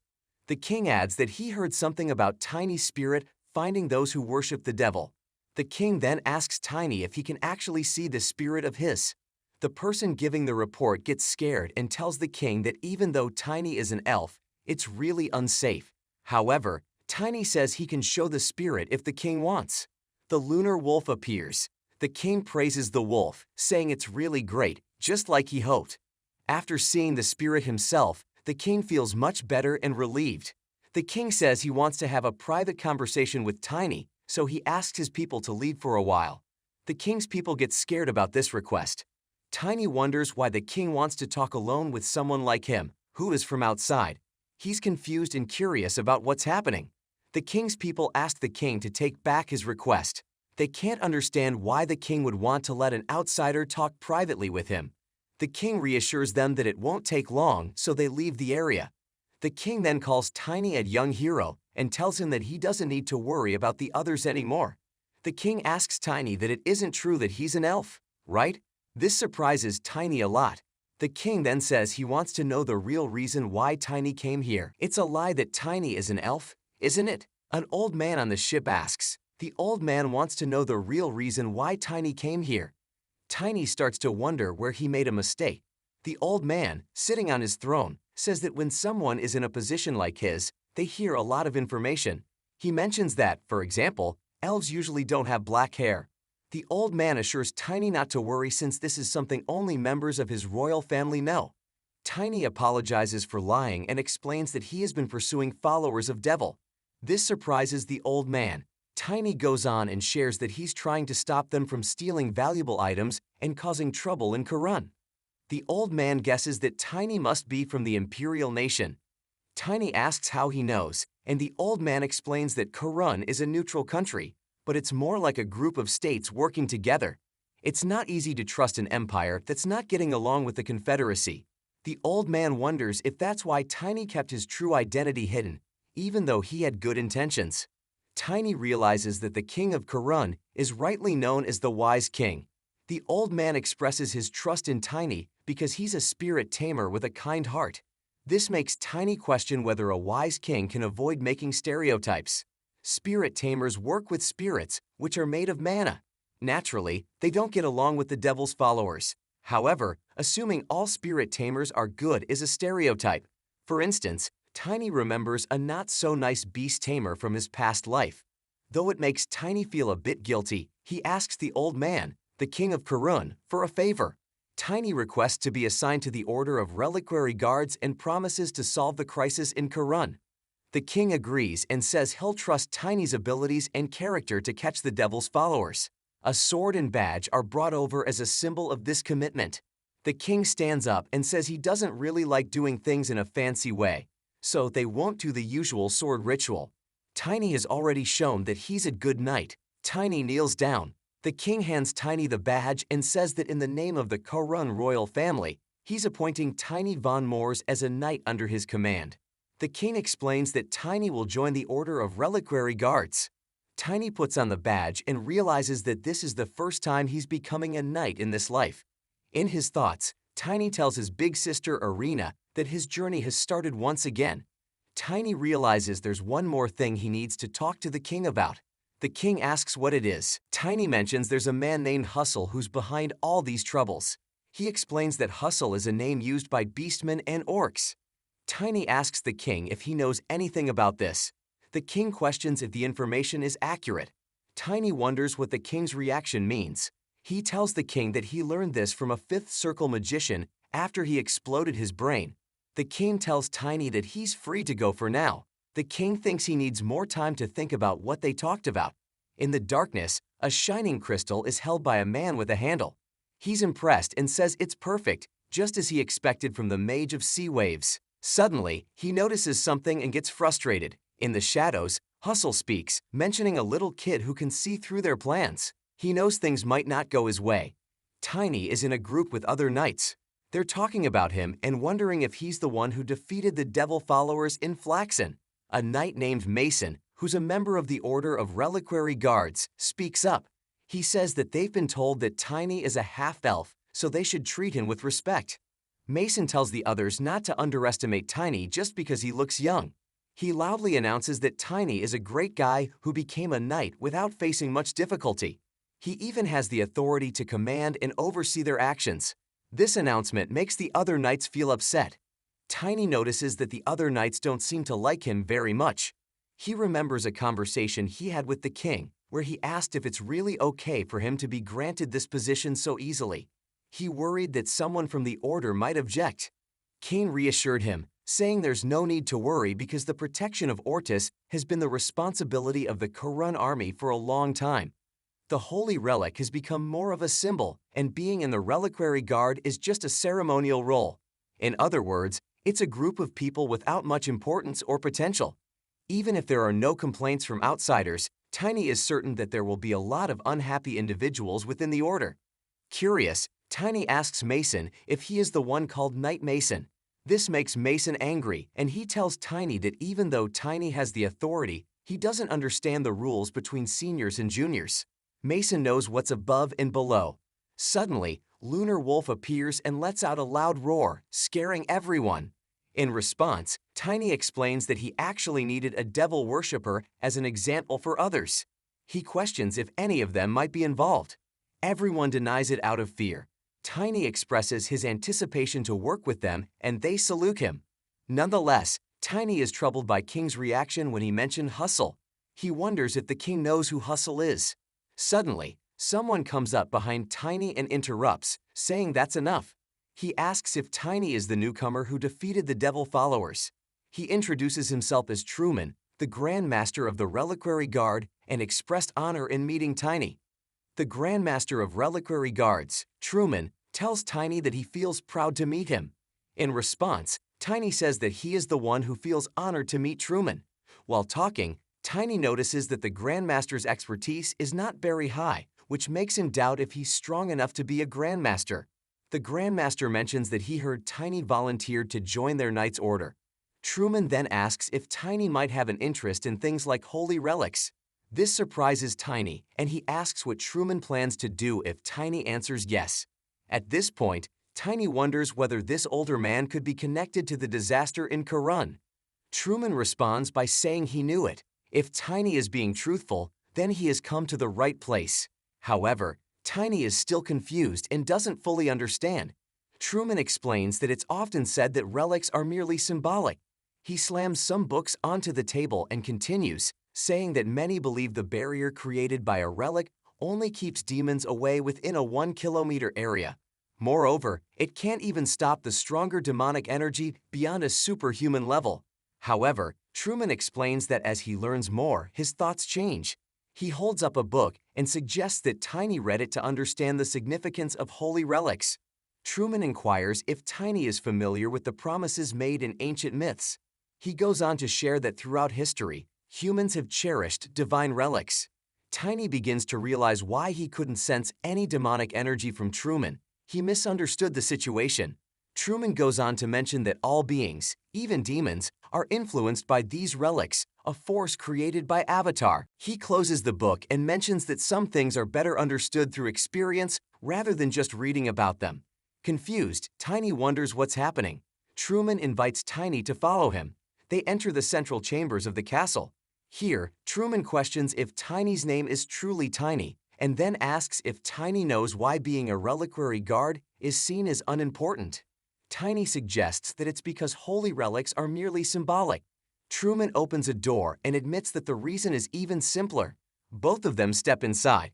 In that place, there's a really large and bright holy relics called Humanitas. Truman explains that they don't need to protect it simply because it doesn't require protection. When Tiny looks at the relics, he realizes how massive and beautiful it is. Truman mentions that it floats in the air for reasons unknown. He adds that according to the legend, only those who are qualified can touch it. That's why they don't need to guard it. Truman then challenges Tiny to see if he's qualified to touch it. Tiny goes ahead and touches the relics. Truman can't believe what he's seeing. Tiny notices that it's a 7th grade divine artifact, a ball of light that doesn't affect anything in this world but has the power to reject things from another world. Tiny hears a voice and wonders if it's coming from the barrier. He's surprised that he's the only one who can hear it. Tiny thinks it might be because he's sensitive to mana. Tiny realizes that this halo, the barrier itself, is a holy relic, and he wonders if it's possible to move it. Truman places his hand on Tiny's shoulder and asks if Tiny just had a conversation with the holy relic. As they leave, Truman tells Tiny that he definitely has a surprising talent that can amaze people. Truman explains that he's been part of the reliquary guards for many decades, and something like this has never occurred before. Tiny believes that even though Truman might not be very strong, he takes pride in his job. To Tiny, Truman appears distinct from the rest of the Order. They spot Greg Symbol, a member of the Imperial Knight's Order. Truman questions why Greg is present here. Greg responds by saying that it has nothing to do with Truman. Then, Greg turns his attention to Tiny and asks if he is the half-elf Greg has heard about. Tiny corrects him, mentioning that he's actually just a quarter elf, although he knows that even this isn't true. Greg is surprised and asks about Tiny being an elf, the hero who defeated the Black Magician. Greg accuses Tiny of trying to deceive them and attacks with his sword, saying he'll reveal Tiny's true identity right then and there. Tiny remarks that it's not surprising to see a clown stepping up to challenge him. Quick on his feet, Tiny avoids the attack, takes hold of the clown's arm, and throws him down onto the ground. Greg falls in pain and accuses Tiny of cheating. In response, Tiny points out that Greg is still talking, implying that his move wasn't enough. Tiny seizes Greg's arm again and slams him to the ground once more. This makes Greg say sorry for his behavior. Truman, who is witnessing this, is quite surprised by the turn of events. In the midst of this, Tiny realizes that he shouldn't forget his manners in situations like this. So he expresses gratitude to Greg for the practice and mentions that he learned a lot from their fight. Truman is left wondering about what he just witnessed. Meanwhile, a man observing the fight from a distance finds Tiny to be an interesting fellow. A man named Robert Dumbbell, who is part of the Imperial Knights group, challenges Tiny. He asks if the rumors about Tiny defeating Greg are true. Robert wants to test Tiny's skills. But before he can finish talking, Tiny slaps him on the face. Another knight introduces himself as Tannen Royer from the same knight's order. Then, another knight, Edger Albert, announces himself too. Tiny responds by punching both of them. Another knight steps forward. He's Randolph Granchies, the commander of the Imperial Knights Order. He draws his sword and proposes a duel with Tiny. Tiny takes out his hammer and strikes Randolph's sword with it. As a result, Randolph is sent flying into the air and falls to the ground. Tiny comments that Randolph is more useful than the others, at least a bit. He also mentions that Randolph did him a favor by accepting the duel, so it's time for Randolph to return the favor. Tiny then asks Randolph if he knows someone named Hustle. Randolph responds that he doesn't think he knows anyone by that name. Tiny is confused, wondering why nobody seems to know anyone named Hustle. Suddenly, someone comes forward, chuckling, and comments on the idea of Tiny taking on Randolph all by himself. Curious, Tiny asks this person who he is. Observing the newcomer, Tiny tries to determine if he's at a very high level of skill or just a beginner. The man apologizes and introduces himself as Liam von Peterson, the Grand Master of the Imperial Knights. Tiny immediately apologizes for being impolite. Liam, however, urges Tiny not to be overly formal. He explains that, as an old man, he's delighted to see such a talented young individual like Tiny. Then, surprisingly, Liam asks if Tiny would be up for a duel with him as well. This request astonishes Tiny. Liam clarifies that he's seeking some entertainment to alleviate his boredom, and in return, he's willing to provide a bit of information about Hustle. He asks if this offer is fair compensation.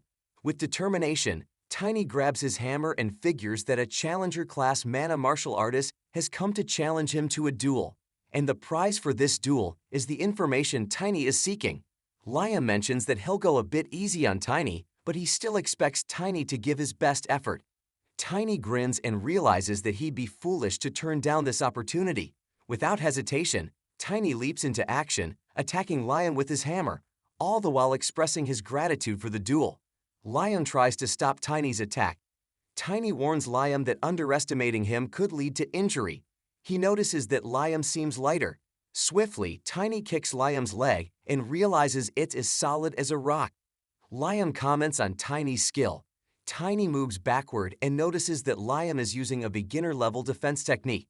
It's like a strong and heavy knight in shining armor. Liam changes his mind about going easy and attacks Tiny with his sword. Tiny blocks the attack with his hammer. Liam finds the situation entertaining, and Tiny agrees. In a powerful strike, Liam understands there's nothing he can teach Tiny about his skill. He recognizes that Tiny only lacks experience and accomplishments. Meanwhile, Tiny observes how Liam shifts his weight to build momentum and focuses his strength on his strikes. Tiny decides he could learn a thing or two from this. Tiny keeps launching attacks at Liam repeatedly. Liam comments that even the title of genius isn't enough to describe Tiny. He calls Tiny a monster. Tiny playfully accepts the compliment and delivers a forceful blow to Liam's sword. Liam decides that Tiny has proven his point. Unfortunately, Tiny loses his balance, and Liam seizes the opportunity to strike Tiny's sword. Tiny manages to block the attack with his hammer, but is sent flying through the air due to the impact. Realizing that things have gone too far, Liam suggests they stop. Tiny, though barely standing, manages to express his gratitude towards Liam. Liam acknowledges that this experience is new for him at his age. He tells Tiny that he's the one who should be thankful. As a gesture of appreciation, Liam fulfills his promise and offers Tiny the information he was seeking. Finally, Tiny heads to meet Hustle and wonders if the person in front of him is indeed Hustle. Liam mentions that this is something new and different for him at his age. He feels like he should be the one thanking Tiny instead. In response, Tiny says that the experience was beneficial training for him. Tiny comes to understand that there was indeed talent in Karun, contrary to what he thought. Liam now says he's ready to give Tiny the information he promised. He introduces a man named Litman, who is part of the Imperial Knights Order. However, Litman only follows orders from the king. Hearing this, Tiny wonders if it's Litman and not Hustle. Liam explains that Litman's responsibilities are related to the duties Liam knows about. But it appears that Litman has traveled to various places, so there's a possibility he might know about a person named Hustle. Liam suggests that he could arrange a meeting for Tiny with Litman. Suddenly, someone urgently calls Tiny from behind. He informs Tiny that the king is looking for him right away. This news surprises Tiny. When he meets the king informs Tiny that the man he was searching for has been found and tells Tiny to greet this person. The king tells that the person before them is Mr. Litman, who happens to be an expert on the route across the eastern continent. Hearing this, Tiny feels surprised that they found Hustle, and he wonders when he actually asked them to look for him. Tiny recalls that Liam had mentioned a man named Litman earlier. Tiny considers if this is the same Litman Liam talked about. Litman greets Tiny and mentions is Tiny the hero who defeated the demon followers. Litman then asks if Tiny was searching for him. Tiny confirms and expresses that it's an honor to meet Litman. The king notices that Tiny is giving him a certain look and wonders why. However, Tiny is a bit annoyed with the king because if the king had planned something, Tiny wishes he had been informed. Litman addresses Tiny by name, snapping him out of his thoughts. Tiny explains that based on his appearance, he thought his origins might be from the eastern continent. When the king asked what Tiny desired, he simply mentioned that he wished to visit the eastern continent someday. Litman responds by asking if that's the case. He adds that the king, indeed, has a reputation for being generous in rewarding people. Over the past 10 years, whenever Litman discovered a new route, he was also given undeserved favor. The king asks Tiny to stay in the east for a little longer, even though Litman has arrived. The king reminds Tiny of his promise to uproot the demon followers before leaving. Tiny agrees and assures the king that he will keep his word. However, Tiny starts wondering about the sudden mention of the demon followers. He looks at Litman with suspicion, but then relaxes when he realizes that Litman seems fine. He also considers that if Litman were a demon follower, Lunar Wolf wouldn't have remained calm. Suddenly, Tiny is surprised when he notices a kind of magical energy, like a mix between a beast and a person, around Litman. This reminds him of what Jay had said about the name Hustle sounding like it belongs to an orc or giant. Putting the pieces together, Tiny starts to think. Litman then praises Tiny for being a dependable divine being who can answer without hesitation. The king reveals that Sir Litman will assist in getting rid of the demon followers. Litman is surprised by the king's statement and asks for clarification. Litman says he was supposed to start searching for Sir Gale the next day, but the king wants him to cancel that plan. The king explains that their top priority is dealing with the immediate threat they face, so he wants to use Litman's skills right away. Litman agrees, although he's sad about postponing his mission to find Sir Gale. He assures the king that he'll follow his orders. Meanwhile, Tiny realizes that there's no demonic energy around, but he's still convinced that Litman is actually Hustle. Later, the king asks Tiny for his opinion on the matter. Tiny informs the king that Litman is not a follower of the demons. The king acknowledges this but still thinks it's important to be sure. He orders Tiny to stay by his side and personally verify it. Tiny questions why the king didn't inform him earlier. The king explains that he had no other choice in gestures toward his heart. When Tiny inquires if it's because of an oath of mana, the king confirms it. The mana oath is like a promise made with magical energy. If someone breaks this promise, a shock happens, stronger depending on their magic level. A 3-level oath causes a small shock, but it can be harmful if someone is already weak. Curious, Tiny asks the king why he's going to such lengths. He points out that while Sir Litman has been loyal for decades, this is only the second time King is meeting him. The king explains that those from the bloodline of Karun, like him, gain a kind of unusual foresight as they get older. Tiny wants more information, so the king explains about a recurring dream. In the dream, Holy relics go missing and demons destroy the capital city. While the king kept having the same dream over and over again, Tiny arrived and predicted the disappearance of the holy relic. This revelation shocks Tiny. The king hopes it's just the imagination of an old person, but he's worried that it might actually come true. He wonders if it will end with the disappointment of a loyal subject. Suddenly, there's a loud noise. When Tiny looks back, he notices Hustle. This surprises Tiny because he thought Hustle had left the inner palace. Tiny is riding on his lunar wolf and notices that even Lunar couldn't sense any evil energy. Tiny starts wondering if the real Hustle might be somewhere else. But why would he choose to run away during a time like this? The answer seems quite clear, and Tiny knows he just needs to find some evidence. As night falls, people are loading goods onto a ship. One person questions two others who are moving a crate towards the ship, asking if they could be a bit quieter. He adds that they are working at night for a reason. At this moment, a figure wearing a hooded gown approaches. Everyone becomes alert and asks who this person is. When the hood is removed, they realize it's Hustle. They ask him why he's here earlier than expected, as they were anticipating his arrival tomorrow. Hustle responds, explaining that something has occurred. He reveals that the king has sent a young boy after him. This revelation shocks all the men. A man tells Hustle that the young boy hasn't been around for a while. Hustle responds, saying nobody really knows what's going on in the boy's head. He then raises his voice, telling everyone to be quiet and get ready to leave. All the men quickly start doing their tasks. Suddenly, there's a huge explosion on the ship, surprising everyone. In the midst of the chaos, Tiny emerges and questions them about their secretive actions at night, calling them worshippers of demons. The men shout that it's an ambush and someone is on top of the boat. Without hesitation, Tiny leaps off the ship and attacks, knocking down 4 people with a single swing of his hammer. He challenges anyone who wants to face the consequences to step forward. The men become angry and call Tiny a monster. Hustle criticizes Tiny, calling him pathetic, and notes that although Tiny may follow Avatar, he's just an expert class.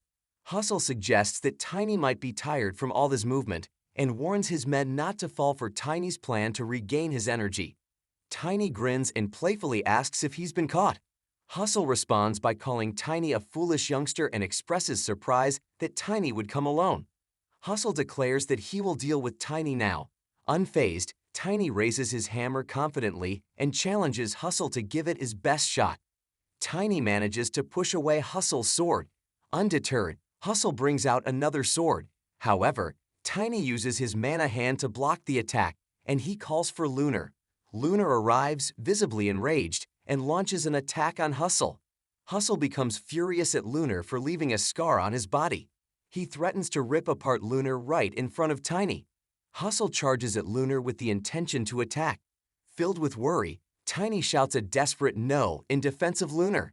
Despite Tiny's plea, Hustle strikes Lunar with both of his swords, threatening not only Lunar but also Tiny. Lunar responds with a growl and begins to move towards Tiny. This confuses Hustle, who expected a more substantial impact from his attack. He wonders what just happened, as he anticipated a significant outcome from his strike. Hustle wonders how Lunar managed to survive being summoned back. To save energy, Tiny only healed the hurt part of Lunar.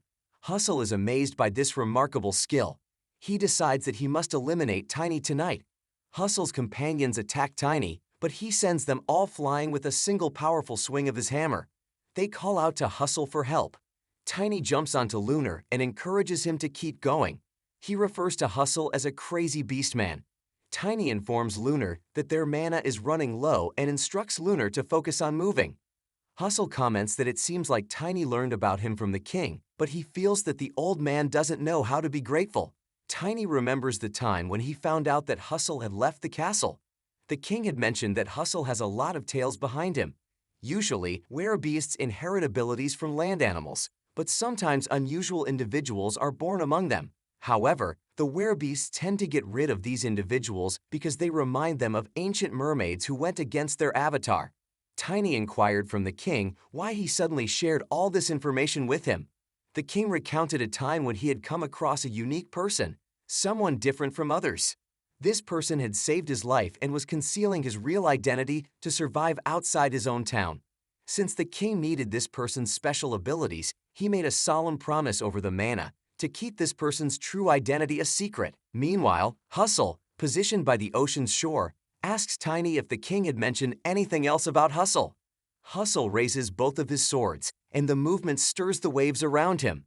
Tiny recalls the king begun to cough up blood and told Tiny that if this man becomes his adversary, it would be extremely dangerous. In the presence of Hustle, Tiny realizes that he cannot even fathom engaging in a fight above the ocean because Hustle is the killer whale. Hustle uses his power to create playful movements with the ocean waves. At this moment, Tiny realizes that Hustle is like a killer whale. With a quick motion, Hustle directs the waves toward Tiny. Tiny, riding on Lunar Wolf, tries to skillfully avoid the incoming waves, which isn't easy. Hustle angrily tells Tiny to meet his end. Hustle then transforms another wave into a massive water sphere and sends it crashing towards Tiny and Lunar Wolf. Tiny notices that Hustle's weapon has become stronger in the water. The water sphere explodes upon impact. Hustle smugly believes that it is over, but Tiny unexpectedly emerges from within it while riding Lunar Wolf. Tiny launches an attack on Hustle, stating that Hustle should be the one dying. Hustle defends himself with his two swords. Hustle realizes that Tiny's ability to recover quickly is unusual. He finds the fight bothersome and thinks that backup will arrive soon. So Hustle decides he shouldn't prolong the battle any further. He starts to say what he'll do next, but before he can finish, Tiny surprises him by launching an attack. Hustle quickly flees into the ocean to escape. Hustle emerges from the ocean like a whale, surrounded by swirling waves. He questions that isn't Tiny just an ordinary person.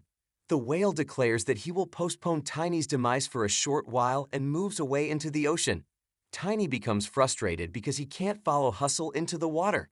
Then, to Tiny's astonishment, Lunar starts walking in midair. This surprises Tiny, and he asks Lunar about the ability he just displayed. He wonders if Lunar can use that ability right now with Tiny's help. However, Tiny quickly apologizes, admitting that he doesn't know what to do, so they should try it another time. Lunar looks disappointed. Tiny recalls what Hustle said about delaying Tiny's death and wonders why Hustle would want to do that. Then Littman enters a cave and expresses satisfaction with everything being as expected. Someone inside the cave notices Littman and recognizes him as the mage of the tidal wave. The man yells at Littman to be quiet. Littman tells the old man that he's being unkind to the person who helped him. He mentions that, despite appearances, he still cares about him. Littman takes out some bread from the bag he's holding and says if the old man doesn't eat and passes out, what will happen when the monster comes? A monster arrives at the cave's entrance, scaring the old man. The monster looks inside the cave. Littman asks if it's impressive, explaining that it's a special treasure their group found. If they let it go, the treasure will send a message to its mother telepathically. If they harm it, its mother will know right away. This could lead to the destruction of Karun, their hometown. Littman suggests that if the old man wants to save the town, he should put in more effort. The old man warns Littman that he'll face divine punishment. Littman kicks the bag of bread and says he's had that stuff since he was born, and this is just the right payback. After that, Littman goes away. The old man uses his magic to harm the monster. He sort of tells Littman that he's granting his wishes. Later, Tiny comes to the king along with Liam. Liam tells the king that they have confirmed that the dock workers were actually followers of demons. The king asks about the cargo they were handling. Liam explains that the cargo consists of items used for magical ceremonies, and if they add up their value, it's like half of what the whole country makes in a year. The king wonders if they should have been suspicious of Littman earlier. Liam explains that Littman aimed to show how special individuals like mutants could contribute to the world. Littman had big dreams and proved his abilities, but the question remains, why? Tiny says sorry to the king and explains that he learned from Sir Liam that hardly anyone knows much about Littman or what he does. The king says that's what Littman wanted. The king believed Littman was trying to avoid being targeted by the Werebeast assassins. Tiny tells the king that there should have been some suspicions. Someone with big plans doesn't keep everything hidden. Liam becomes worried about Tiny's frankness. The king reassures Liam that it's fine and agrees with Tiny. They should have realized this sooner. The king adds that dwelling on the past won't change anything. The king then asks Tiny to share the details and affectionately calls him a little hero. Since they've lost Hustle, the king wants to know if Tiny has a plan to locate the demon worshippers. Tiny confidently assures the king that he does. He also asks if the king could offer some help. The king asks Tiny to tell him and calls Tiny a little hero. The king asks if Tiny can find the demon worshippers now that they lost Hustle. Tiny says yes, but he needs some help from the king. Tiny goes to the pub to meet Jay. Jay opens the door and says sorry, they're not open yet. Tiny asks Jay how he's been. Jay realizes it's Tiny and asks about something behind him. Tiny tells Jay about what happened. Jay realizes that there's a worshipper of demons that even Tiny couldn't easily recognize. Jay understands why things are complicated. Tiny says there was no demonic energy involved. Jay is surprised by this. Tiny explains that Hustle the guy is actually working with the demon worshippers. Jay understands that there are people who make such bad choices. Jay is shocked that Tiny came to him so quickly. Jay reveals that he always wanted to show Tiny the potential of the Black Wings. Tiny asks Jay what if there's still a chance for them. Jay wonders about the chance. Both of them look at some boxes of goods. Tiny takes one box, opens it, and finds a letter inside. Tiny shows the letter to Jay and says that the king wants Jay to gather their leftover artifacts. Tiny tosses the letter in the air and asks if Jay, being the Black Wing, has a magic expert for tracking, maybe just one. Now is the moment for the Black Wings to show their skills. Tiny instructs Jay to find a tracking magic expert and examine all the artifacts to get rid of them. While grabbing items from the box and tossing them into the air, Tiny asks Jay where the tracking magician is. Tiny insists that Jay should bring them there. Jay sadly tells Tiny that it's going to be difficult. This surprises Tiny, and he asks why. Jay explains that they've tried before, but the people they're dealing with are very cautious. They've removed all the evidence. Tiny asks, what does that mean? Tiny starts to feel really stuck, like all the tough things he did were for nothing. Jay explains that's not completely true. The stuff Tiny got from the demon worshippers and brought to Jay, there's a lot of it. They wouldn't gather so much unless they had a specific purpose. Actually, having such a big amount could mean they're preparing for a special event. Tiny is confused and doesn't get it. Jay goes on, saying that if they're planning a final ceremony to burn Karun, they'll be very careful about the magical things they use. But the ingredients needed are different. Making one magical thing requires at least 3 ingredients, sometimes even up to 10. They'll try to collect ingredients that won't get them caught, and to gather all those ingredients would take a long time. But Jay brings up a thought. What if there's a store in Karun that sells all these ingredients? They'd definitely go there to save time. This idea astonishes Tiny. Tiny finds it impressive that Jay wasn't only doing business. Suddenly, someone arrives holding a dish. Tiny asks, "What's this?" Jay tells Tiny that he's right on time. Jay wanted Tiny to taste this. Jay lifts the cover and says it's their famous dish, a Naxon King Galbi chicken. Tiny thanks Jay but says he needs to stay focused right now. Jay insists, asking Tiny to just try one bite. Tiny takes a piece, saying, "Okay, just one bite." He takes a bite and is really amazed. He ends up finishing the whole dish. He even drinks the remaining soup and wonders why is it this delicious. Jay inquires how Tiny liked it. Tiny asks Jay why he doesn't make this his main job. Jay chuckles and says that he doesn't feel proud enough of this. He adds that he thinks he can move on to a new mission without any regrets. Jay suggests to Tiny that they should get started hunting those demon worshippers. There's bound to be a chance. 2 months later, during the night, on a dark street, 2 figures are there. One of them asks the other if this place is safe. The other person assures him not to worry. He's already checked the store owner's background. The owner has been in business for a while, probably just for money. The first man asks his companion if he's disobeying the elder's instructions. The companion responds that the investigation is already done. They enter the store. He adds that they need to use their time wisely in situations like this. Jay, acting as the shop owner, greets these men and asks if they're looking for something specific. The first man shows a list and mentions that he heard this shop's owner trades in all kinds of things. The man tells Jay to bring everything he wrote on the list. Jay takes the list and checks. Jay smirks and says okay to the men. Then Jay tells Tiny that their 2 months of hard work are finally paying off. Jay tells the men he'll prepare it right away and asks them to wait a moment. While Jay walks away, One man asks his companion if he's sure this is okay. The first elder told them to handle it. Jay overhears their conversation. The other responds, asking if he didn't already explain. This way would save a lot of time. He's confident that the first elder. Suddenly, someone arrives. Both men get scared. The newcomer says to these men that it's quite an interesting story and asks if they'd like to hear his version. The man asks his friend if he's really sure this is okay. The first elder warned them to be careful. Jay hears them talking nearby.